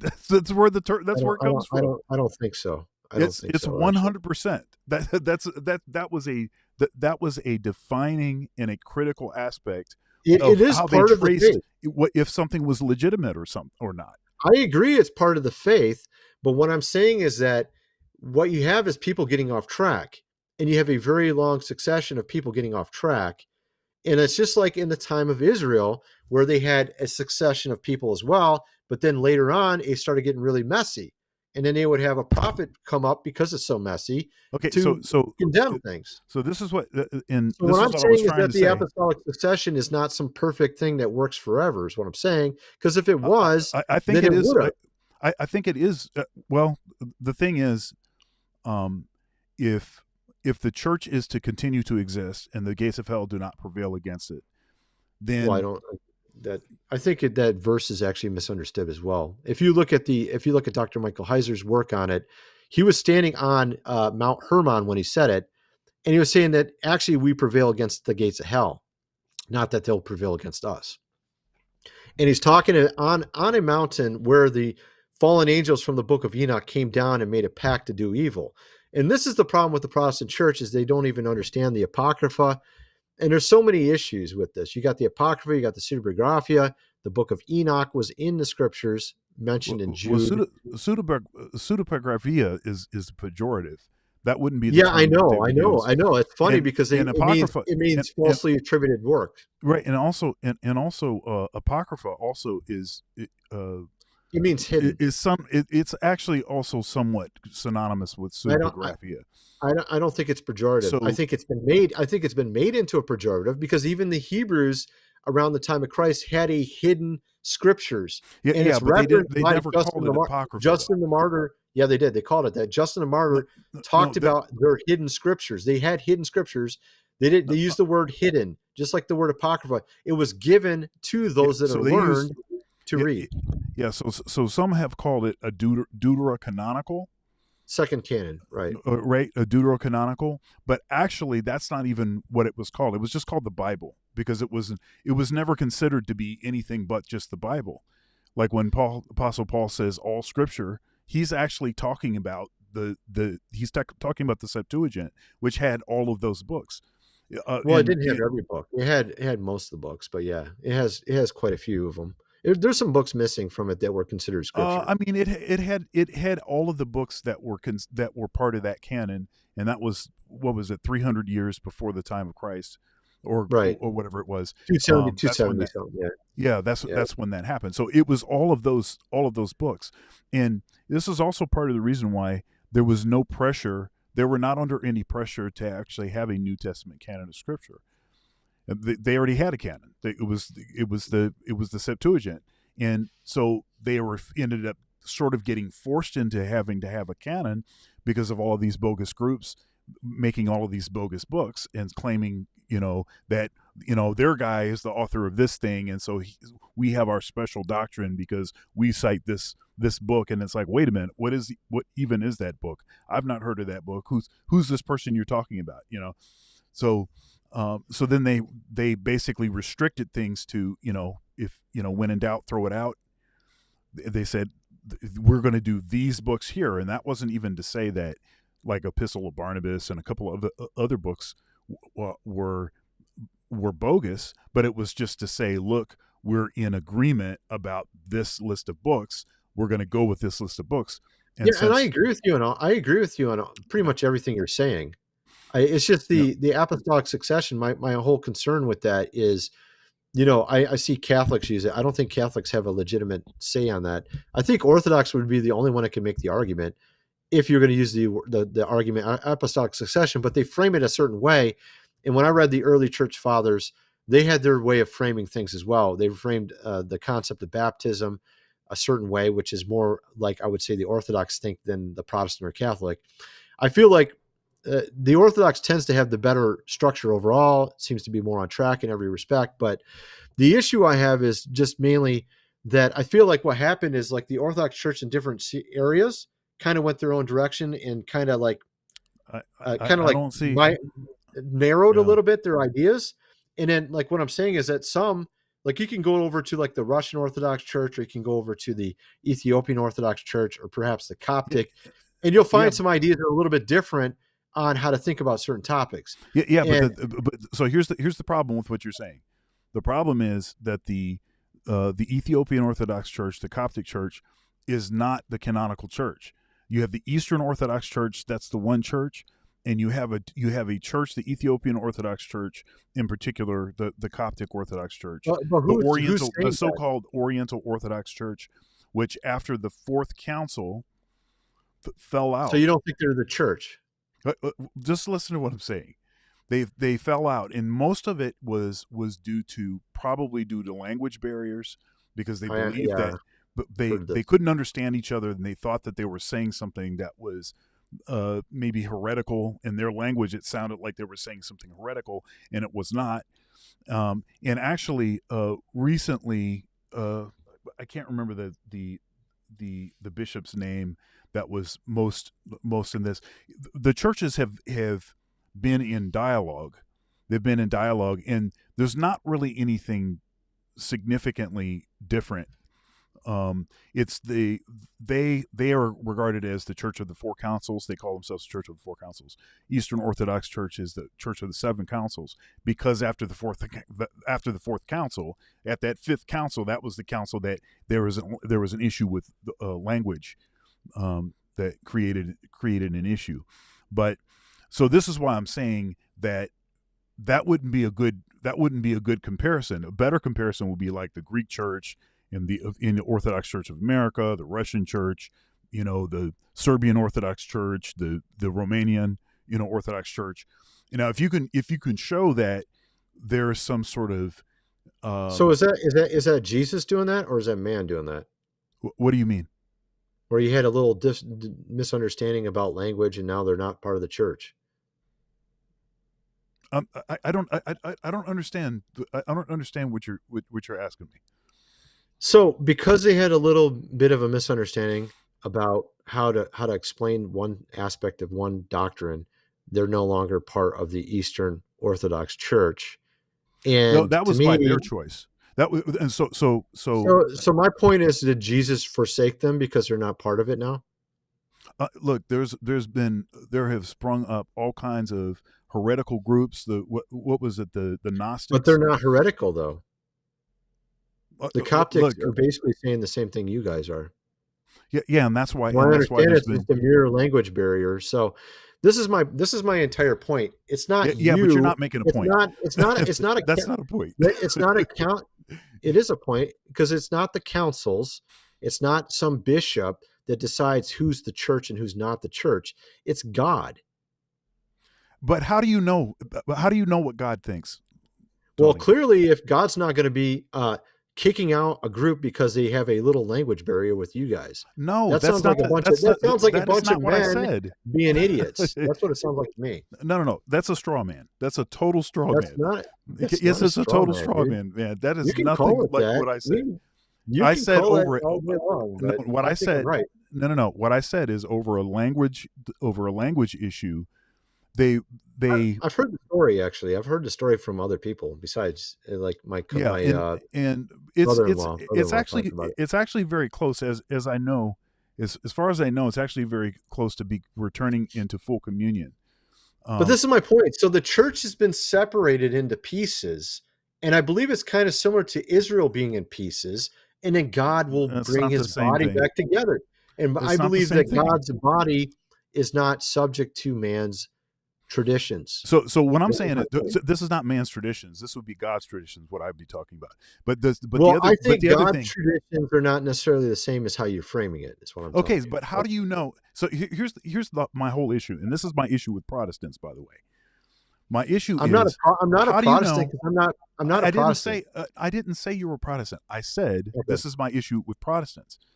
My Right. issue is that who gets to say what God is saying? Who gets to say what the Holy Spirit is saying? And how am I supposed to verify if what you say that God means, or you say the way that you are interpreting something, or you say the way that the Holy Spirit is saying this thing? How am I supposed to verify that? What means am I supposed to use to verify to see if what it is that you're saying is actually true? Well, Scripture says that they are backed up with miracles, like Jesus. Jesus, when he was baptized, the Holy Spirit came down upon him. His message was backed up with the miraculous signs.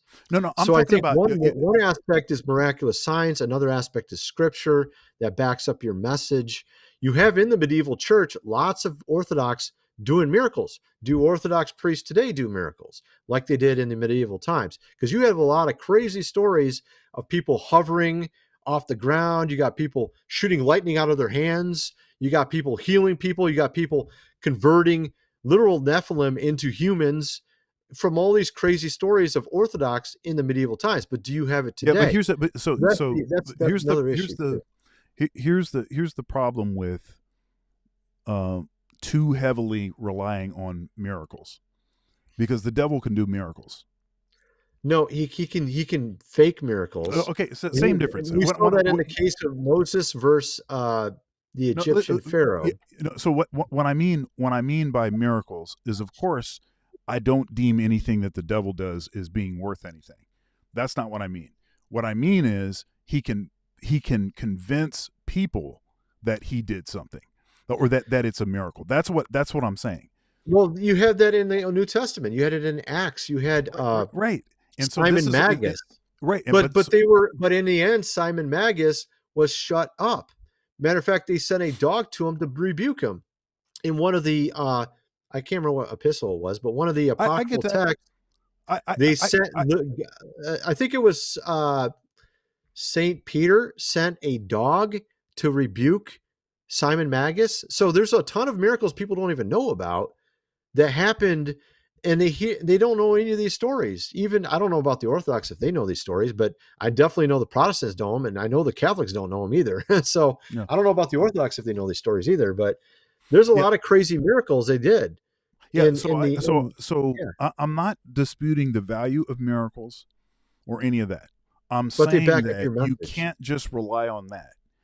But they they prove your message. That's what Jesus used to prove his message. He said, miracles will follow him. Yeah, but he also miracles will follow his disciples. Yeah, but he also but the disciples and the apostles set up the church, and this church was to be a sign, and it was considered, of course, it's a miracle, right? But it was a sign, and it was to be something that made it very clear who it is to follow, and it would be based on something that is searchable, something that you can actually discover and find. Not something atmospheric. Not something atmospheric. How is that different than the Bible? How is that different than Protestants relying on the Bible? It's like you're saying, if you can cross-reference some historical document, this proves that you're right about. So my whole point is that.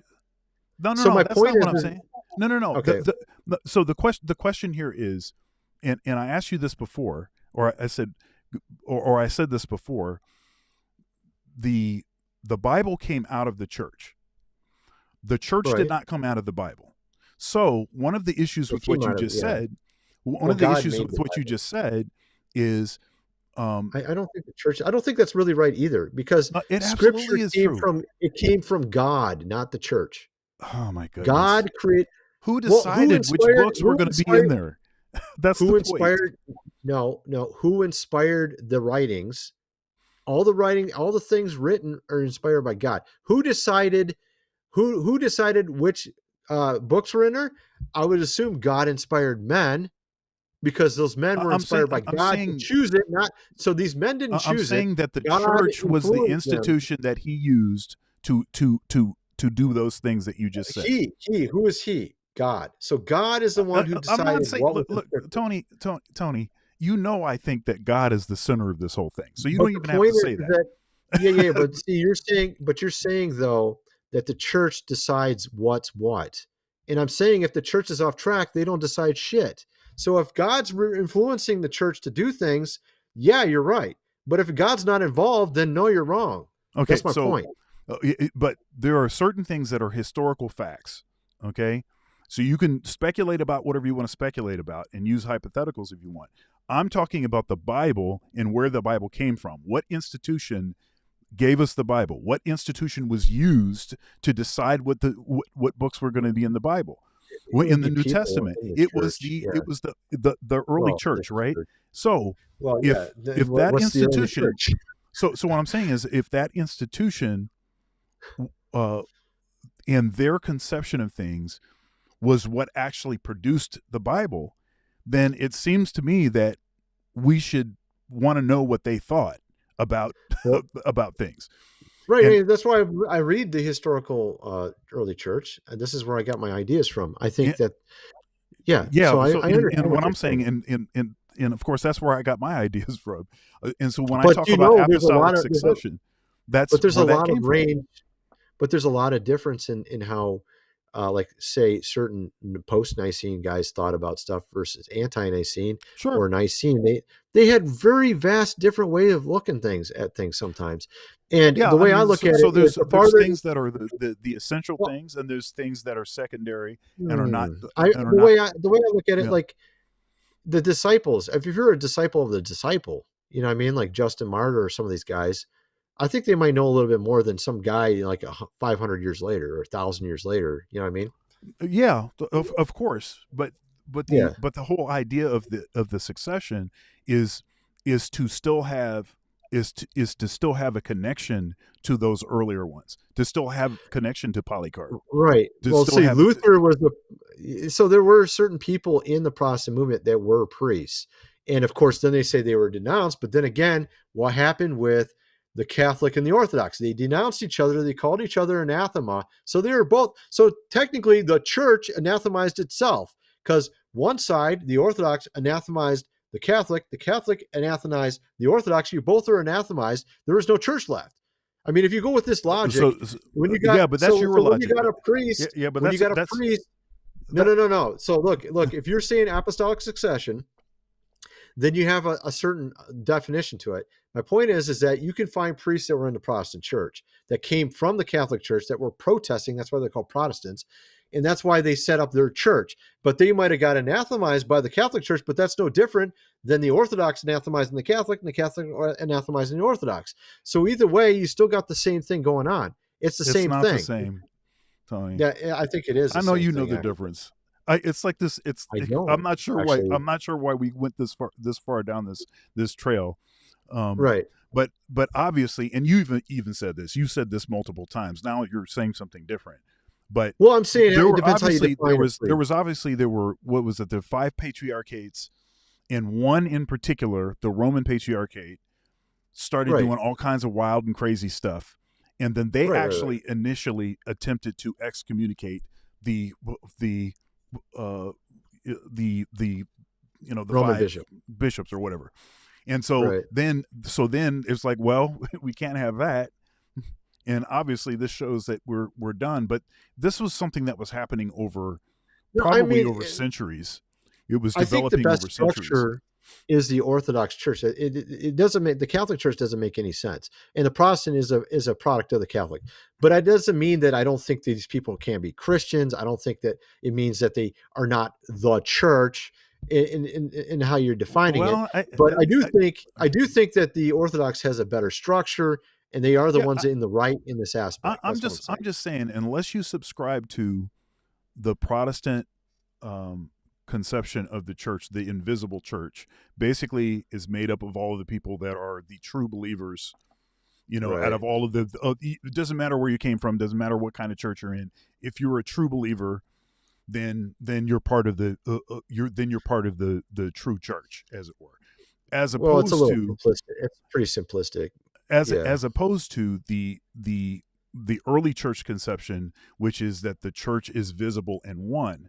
There is one institution called the church, and yes, there's Right. a lot of places that call themselves a church, and they're doing it largely based on, I have this Bible. This Bible says that X, Y, and Z, and that we can be the church and all this kind of stuff. But Mhm. that Bible came from the actual institution, the church.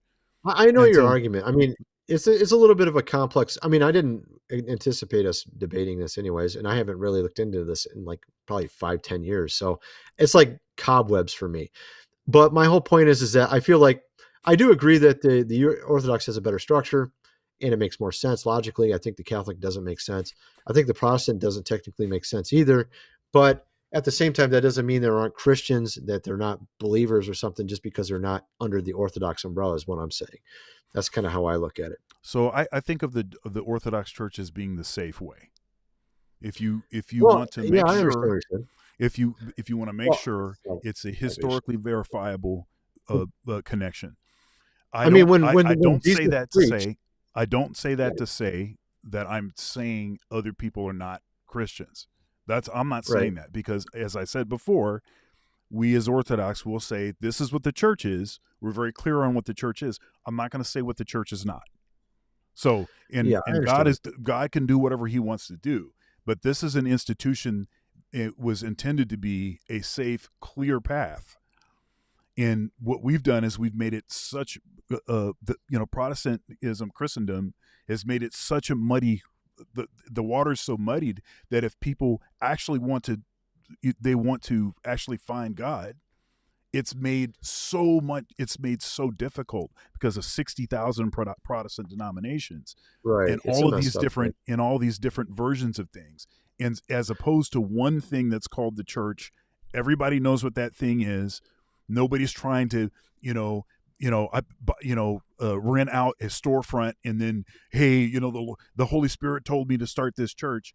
They say with no connection, no historical connection, can't even hardly read the Bible, but somehow the Holy Right. Spirit told him to to start a church. And I'm sorry, I have serious misgivings about all of these independent, especially these independent churches where the church has been around for 30 years. The pastor, he's got his story, and apparently there's some sort of miracle or something associated with him, hearing this Right. message and starting this thing. And then it's like, it just, how are people, there's a guy, there's a bunch of folks. I mean, like if you're trying to talk to like an atheist, if you're trying to convince an atheist of anything, the atheist has loads and loads of arguments that they can use just based on the fractured nature of Christendom. Well, I don't you could think just they argue don't with really them. focus on that. Huh? They focus more. They don't really focus. Atheists focus on a lot of weaknesses in the Protestantism with regards to just using the 66 books and a lot of the arguments that they use that are basically a secularized understand or a demytholized understanding of the scriptures, where they talk about like where did dinosaurs come from, and then you have also the factor of angels, misunderstanding how angels work, or what Yeah. are the giants and Nephilim. But there's a lot of things that the atheists they focus on in the scriptures that end up dealing with errors that were put in through the Hebrew Masoretic text, which are not in the Greek Septuagint. Numerical errors. They don't really focus so much on apostolic succession, but they do. But there is an aspect of what you're saying that is true, because we're seeing it today. And we're seeing that with a lot of the younger people in the conservative movement, that they're looking for something that has a foundation. And so they end up going to the Catholic or Orthodox Church more often than the Protestant. But I think the Catholic Church is kind of like I'm just being frank, even though I go to a Catholic church on a regular basis with my wife because she's Catholic, although I go to a Protestant too. We go back and forth. I think the Catholic Church is kind of a ruse, in they're not really a real foundation. And I think the Orthodox is sort of hidden because no one really knows about them. So the whole church is messed up. Yeah, one thing I The whole noticed. thing's messed up. I'll just say two last things here, and then we can hang it up. Yeah, man. One thing that's happening in the Orthodox Church is there's an explosion of catechumens. There's an explosion of people coming to the church. I mean, in my own church, And I've actually thought about it myself, man. I've thought about going to myself. But in The my only own, thing is, are all the churches like standing up or sitting down or what? Because they just stand up all the time. I mean, some of the churches are a little more hardcore. So some of the like really like there's like no pews and like you just stand up in there. Sometimes that's that. My church is not that. And most of them are not that, by the way. So there are pews but much of the time you'd be standing up, depending on what the significance of the part of the liturgy that's happening. But I was trying to say that there's an explosion of people showing up. I mean, there's dozens, hundreds of new converts in my own church, and then when I hear priests talk about other communities, Josiah Trenum, he talks about it. When he first became a priest, it was like a handful, and now it's like literally like hundreds and hundreds, like hundreds of new people like all the time. There's even an Orthodox. There's like an Orthodox marriage. What is it? It's like a singles retreat. And one of the things, this is very interesting because it's a retreat centered around marriage, like that people are trying to find each other to get married. Now, one thing I noticed is that in most of these other churches, Protestant churches in particular, when you try to have those events, there's loads of women and like almost no dudes. And then it's the same thing in these like sort of dating kind of events. The secular world does, the dating events where there'll be like 800 women show up and like 8 guys. But at this Orthodox thing, it's like the same number of women and men. And it's like one of the only places where I'm seeing that it's like there's go ahead. It's probably because there's no feminism. I'm thinking it's because Protestantism is full of feminism, and this is what when I first got on YouTube, I was complaining about all the feminism in the church, and that was like 15 years ago. I was talking about James Dobson as being partially feminist. Honestly, I was like, these guys sound so weak. And so, yeah, I think a lot of guys are looking for something real, something with foundation that doesn't have feminism and wackiness in it. And I mean, just look at, like, for instance, the Anglican Church. That thing's a horrible mess. That's supposedly derived from the Catholic Church in England. I mean, they're like, they decided to get rid of church services and just go outside and be in nature and stuff like that. They got rid of certain words because they don't want to offend anybody. They're embracing the trans. Of course, in within the Anglican thing, it's of course splintered because there are the High Anglicans, and the High Anglicans is very close to Orthodox. Actually, it's very close to Orthodox. But then they had to split off from, like these. What is it called? What's the American word for the Anglican? It's like the American. It used to be the American version of that. It was like in communion with that church. Episcopal. Oh, Episcopal. Okay, right. I didn't know. So, that. But now we know Episcopal is like all kind of anything. Pretty much goes. It's like the Methodist Church. Well, I felt like God was telling me that what it's like is like the Orthodox Church might have had the right structure, like it's the right structure, and then these other churches are like, it's like kind of like that C.S. Lewis book where the farther you get away from the light, the less you can see. Like it's about, it's sort of an analogy of getting away from God. Like you're in the afterlife and you're walking away from God. The farther you get away, the less you can see the light. Perhaps like the Orthodox Church is sort of like the main structure, and then these other churches around it are like farther away from the light. You know what I mean? Like that. And it's kind of like that.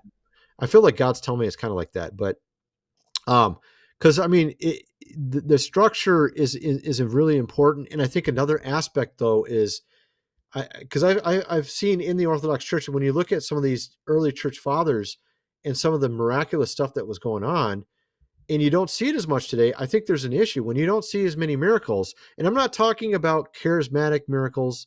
I'm talking about something that's legitimate, right? So, and in some cases, charismatic is legitimate. In some cases not. It just depends on the situation. But my point is that God works within His people, and when you get, and my concern is becoming stagnant. Like you might have like the structure, but if you're getting stagnant in your faith or you're not really seeking God, then things aren't happening. You know what I mean? So that's my concern with the church as a whole is that happening, and then also the world influencing it and stuff like that as well, Well, and corrupting it. and I'll say that what is the passage? An adulterous generation goes seeking after a sign. I don't. Well, that's I don't yeah, think that. right. Yeah, I don't think that. Of course, I'm not against miracles. Of course, miracles happen. I've experienced some things in my own life, so I'm not saying that they don't exist. But I am saying that if, as a mature Christian, if you still require miracles as some sort of proof of God's hand, then that's a sign of immaturity. No. But see what you're saying. What I'm saying is that Jesus proved His ministry with the miracles. Like when He healed, when He said, "Your sins are forgiven" to the man, and he got up and walked, that proved that He was able to forgive sins. Okay, that was the point of Him doing the miracle. But when He said, "Those that seek a sign are an adulterous generation," He's referring to the Pharisees who don't believe Him, saying, "Prove your God," and they don't even want to believe it.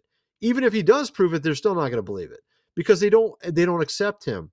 And so that's why they're an adulterous generation.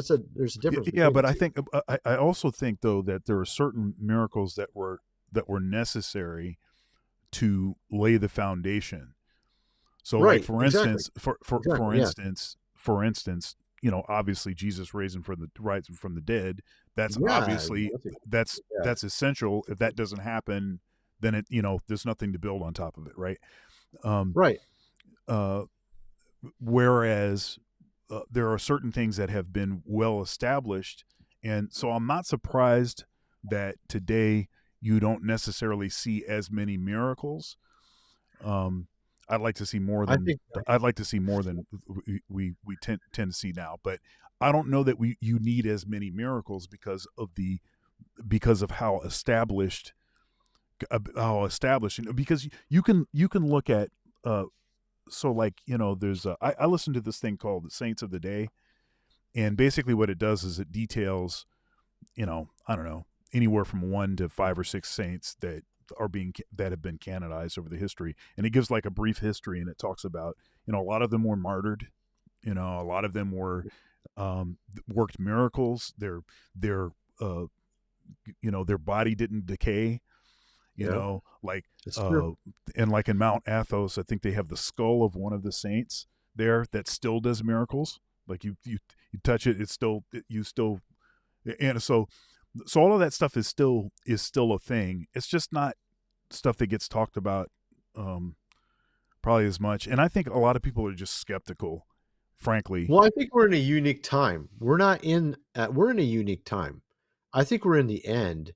And, it says at the end, the love of many will grow cold.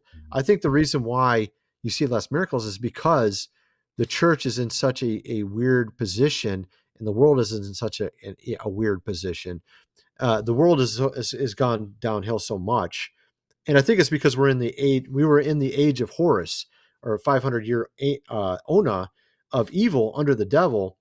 And so I talked about the book of Esther and how it had a chapter removed and put in the Apocrypha that talked about 2 dragons warring in the heavens. And God just describes Himself as a dragon. He says that He breathed fire in the Psalms. So God describes Himself as various animals at various times. But He fought the red dragon. And we saw with King Arthur in Merlin, King Arthur had a dream about 2 dragons fighting as well. And the red dragon was defeated by the white dragon. The white dragon was the Saxons, the red dragon was Wales. But it was referring to the medieval times being set up where God had 2 500-year Onas of God being over the earth, because it's sort of like a balance. If the people are super evil, then God allows the devil to have an upper hand on the earth. But if the people are in the right place, then God puts Himself as the one over the earth. with more power and sort of an influence. And that's what happened during the Middle Ages. But once we moved out of the Middle Ages at around King Henry VIII, we went under the dragon again, the red dragon. And that's why it's been so evil. And now we're at the tail end of that. And we're just at like the worst point of the red dragon age. And the reason why the Christians were being killed is because Jesus was born in a white dragon age in 3 BC, but after 3 years, we're in the red dragon age, and they tried to kill him around 0 BC, but 0 to 500 AD is a red dragon age. So that's why it said the God of this world, it was blinding the eyes of people. It said the word world is age in the Greek, aeonos. And it says the God of this age, which is that 500 year from 0 to 500 AD was an age of the devil. That's why all the Christians were being martyred. Sure. And if you go back to the book of Esther, that was 500 BC. They moved from a red dragon age from 1000 BC to 500 BC to a white dragon age because she saved Israel. 500 BC to 0 AD was a white dragon age. And this is a very important, and I think we're moving into a white dragon age right now, which means that the church will finally get back on track. I feel like God's going to fix the church and heal the church and fix our society, which is backwards. Now, when you say that, when you say that, and I'm not trying to be maybe Jesus is coming back. Is what I'm saying. I don't know how it works. Jesus could literally be coming back, and then he sets it up. Okay, or it could be. No, I'm just saying. Yeah, so what I wanted to, what I was going to ask you is, when you say the church is going to get back on track, I honestly, I don't know what you mean, because what are you talking about? Like, are you talking about when you say it's getting back on track? Are you talking about Christendom, like all of anything that calls itself Christian, or are you talking about? Well, you got the Catholic Church, you got the Protestant Church, you got the Orthodox Church, and they're all fractured. And I'm saying that they all become one church again, and those that are separated, kind of like Jesus said, if not, I leave 99 sheep to find the one sheep and bring it back. Wouldn't Jesus, when he comes back, want to unite all the sheep in one church? I would think he would. So that's what I'm saying. Like, he would fix the church. He would also put men in their proper role and women in their proper role.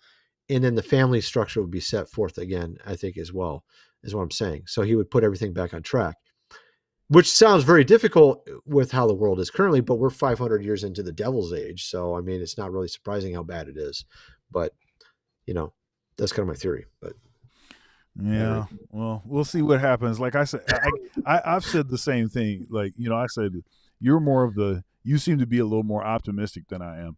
I'm more like, I'm a little, I think I'm just realistic, but I sound more pessimistic. I just think that basically send the asteroid, and then once the asteroid hits, Three Eye Atlas is coming, man. Yeah. So then once it hits, then, and then I also think that, second coming of Christ, but most of y'all ain't making it in. So, good luck. Well, hopefully, well, God's got to be saving some in the afterlife too. I don't think it's all going to be just in this life. I mean, that's going to be pretty sad if it's just the people in this life, because there's a lot of people that, I mean, you got like all of Japan, very few are Christian, I think God saves people in the afterlife too, like some of the anti-Nicene fathers said. That this is interesting. I think if you've never heard the message, if you've never heard the gospel, 100%.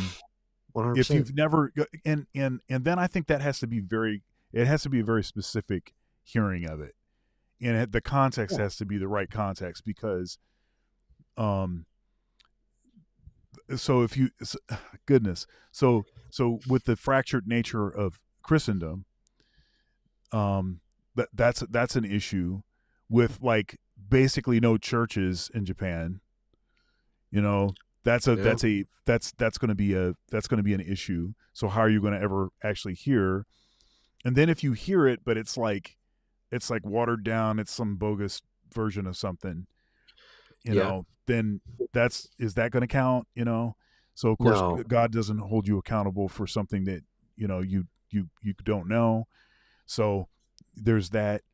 And then there's like the idea, the sort of Catholic idea of like purgatory, and so if it is possible for you to be saved posthumously, as it were, then it would have to be some sort of purgation, there would have to be some sort of period in like this, which is interesting because I remember some of our conversations from when we were, preaching on the street and stuff, and we were telling people we thought that purgatory was like from the devil and stuff. Like, did we say that? I don't. Remember. We were saying the purgatory. We were saying purgatory is like basically you don't get like a second chance. Like you go straight to hell if you no, you don't pass go. You can see Sean has a weird sense of humor there, doesn't he? You don't get $200. You go straight to hell. You don't. Yeah, so that's what we were saying. There was some crazy stuff when we were preaching. I remember looking at this one guy. He looked pale, and I know it was spiritually he was looking pale. Mm-hmm. And I remember him wrestling with like these verses in the Bible about being gay, and he was like, he would like say 1 second, yeah, the Bible says this, but then he like starts talking about how he's gay, and he was like literally wrestling with it while we were talking with him, and I could just see it on him, and it was so crazy. Like I remember that there's a atheist. We talked to a lot of people. We talked to a lady who was doing sex magic. We talked to a lot of people, man, back then in the old days. Like I looked at the woman, I didn't even know who she was. I looked in her eyes and I could see this deep well in her, and I saw the word fornication. I'm like, I see deep wells of fornication on you. And she's like, yeah, I do sex magic. I'm like, oh, okay, whatever that is. Yeah. So it was crazy, man. You healed somebody when we were doing that, right? You healed a couple people. I don't. Yeah, dude, you healed a guy of smoking addiction. He said he tried to smoke again and it tasted like tar. Yeah, you healed a couple people, dude. I remember. Yeah, I don't remember. There's a lot that I don't remember, and I wonder how much good I was that I actually did, because I had such little knowledge. Like I had. You were pretty funny, dude. You were like quoting the Bible all the time in college, and I remember you telling me like you had a teacher, and every time they said something to you, you just quote a Bible verse, which is really funny, dude. Well, I had so you and I were kind of crazy. What it was, and to be fair, I was probably a little full of myself and stuff. I whatever, but it was an ex-Catholic priest, and he was teaching a Christian tradition class that I was taking, and this guy cussed like a sailor. This dude, he was just using profanity everywhere like this. It's like a Christian tradition class. It's actually the first time that I heard about the Orthodox Church. Oh, really? Okay. I didn't even know about it in college. I saw like a sign and it said Orthodox. I'm like, what is that? I didn't even know what it was. So I found out about the Orthodox Church there, but it went in one ear and out the other ear. Like I didn't even like perceive what it was that was being said. And the reason is because I was very, very anti-Catholic. And so I saw pretty much too. Yeah. And so I saw that as, basically I kind of saw it as basically still Catholic or something. I don't know what it was, but I didn't perceive the Catholic Church is off. It's actually an apologetic against the Orthodox Church. When a Protestant, they see the Orthodox, they're just another Catholic Church. And because the Catholic Church has issues. It's not like they're perfect or something. And there's a legitimate issues there that keeps Protestants away from it. And then they see the Orthodox like, oh, it's just the same thing, whatever. Because you guys use the same words, but you actually don't mean the same thing. You know what I mean? Like, some of the words are the same. Yeah, some of the words are the same. In we the seven sacraments, yes, that's the same. There are some other things that we're in agreement on. We're actually in agreement about a lot of things. It's just there's some critical things that we're not in agreement about. It's about 7 or 8 things in particular that are obviously the papacy would be one. The indulgences and all that kind of stuff. Of course, we're not into that. We don't say that there's purgatory, but we do say that there's a purgation. Well, see, and I asked a priest. I recently asked a priest about purgatory, and he told me a very, very specific, weird way of looking at it. That's not like what the early church said. Because I remember reading what the early church said, and it was way different than what he said. He was like, basically, you have to be a Catholic that lapsed to be in purgatory. That's basically and of course, that might have been his specific way of looking at it versus other Catholics. I don't know. But he was like, basically, like, you already got to be a Christian and then lapse, and then you could be in purgatory, maybe, if you're lucky. kind of like that attitude, which was really different than what the early church wrote. But yeah, we've been talking forever here, man. It's getting late. It's like 1:20 already, man. I gotta get up early too, man. And then I Yeah, I got don't wanna- rehearsals and all kind of stuff. We'll But be this talking is to cool 4 a.m. because I'm not doing my usual morning show, so I got some time in here. But I you know, hey, everybody out there, this is one of my best friends. This guy, we've been best friends since he's fifth a good grade, guy. and this is just how we talk. We just go back and forth. This is actually our entire life. This has actually been our communication style. We talk like this. We disagree. We like this. That's just what it is. Yeah, that's so how we hopefully you came up don't with our take it. doctrines too. Like we were challenging Protestant churches. I challenged a Catholic priest that was doing Buddhist. He was doing Buddha seminars at a Catholic church. I literally went there. I'm not joking. I was at That's my pretty college. funny. It was a advertisement on the food court. I was in the food court and it said, "Hey, Buddhist seminars at the Catholic Church." I'm like, "What the hell is this shit?" I literally went to the priest himself and confronted him and said, "This is satanic. What are you doing?" And he almost started crying. He's like, "This is what God told me to do." I'm like, "Dude, what are you talking about? You're teaching Buddhism at a Catholic church." Yeah. I confronted a Catholic. So me and Sean used to confront people.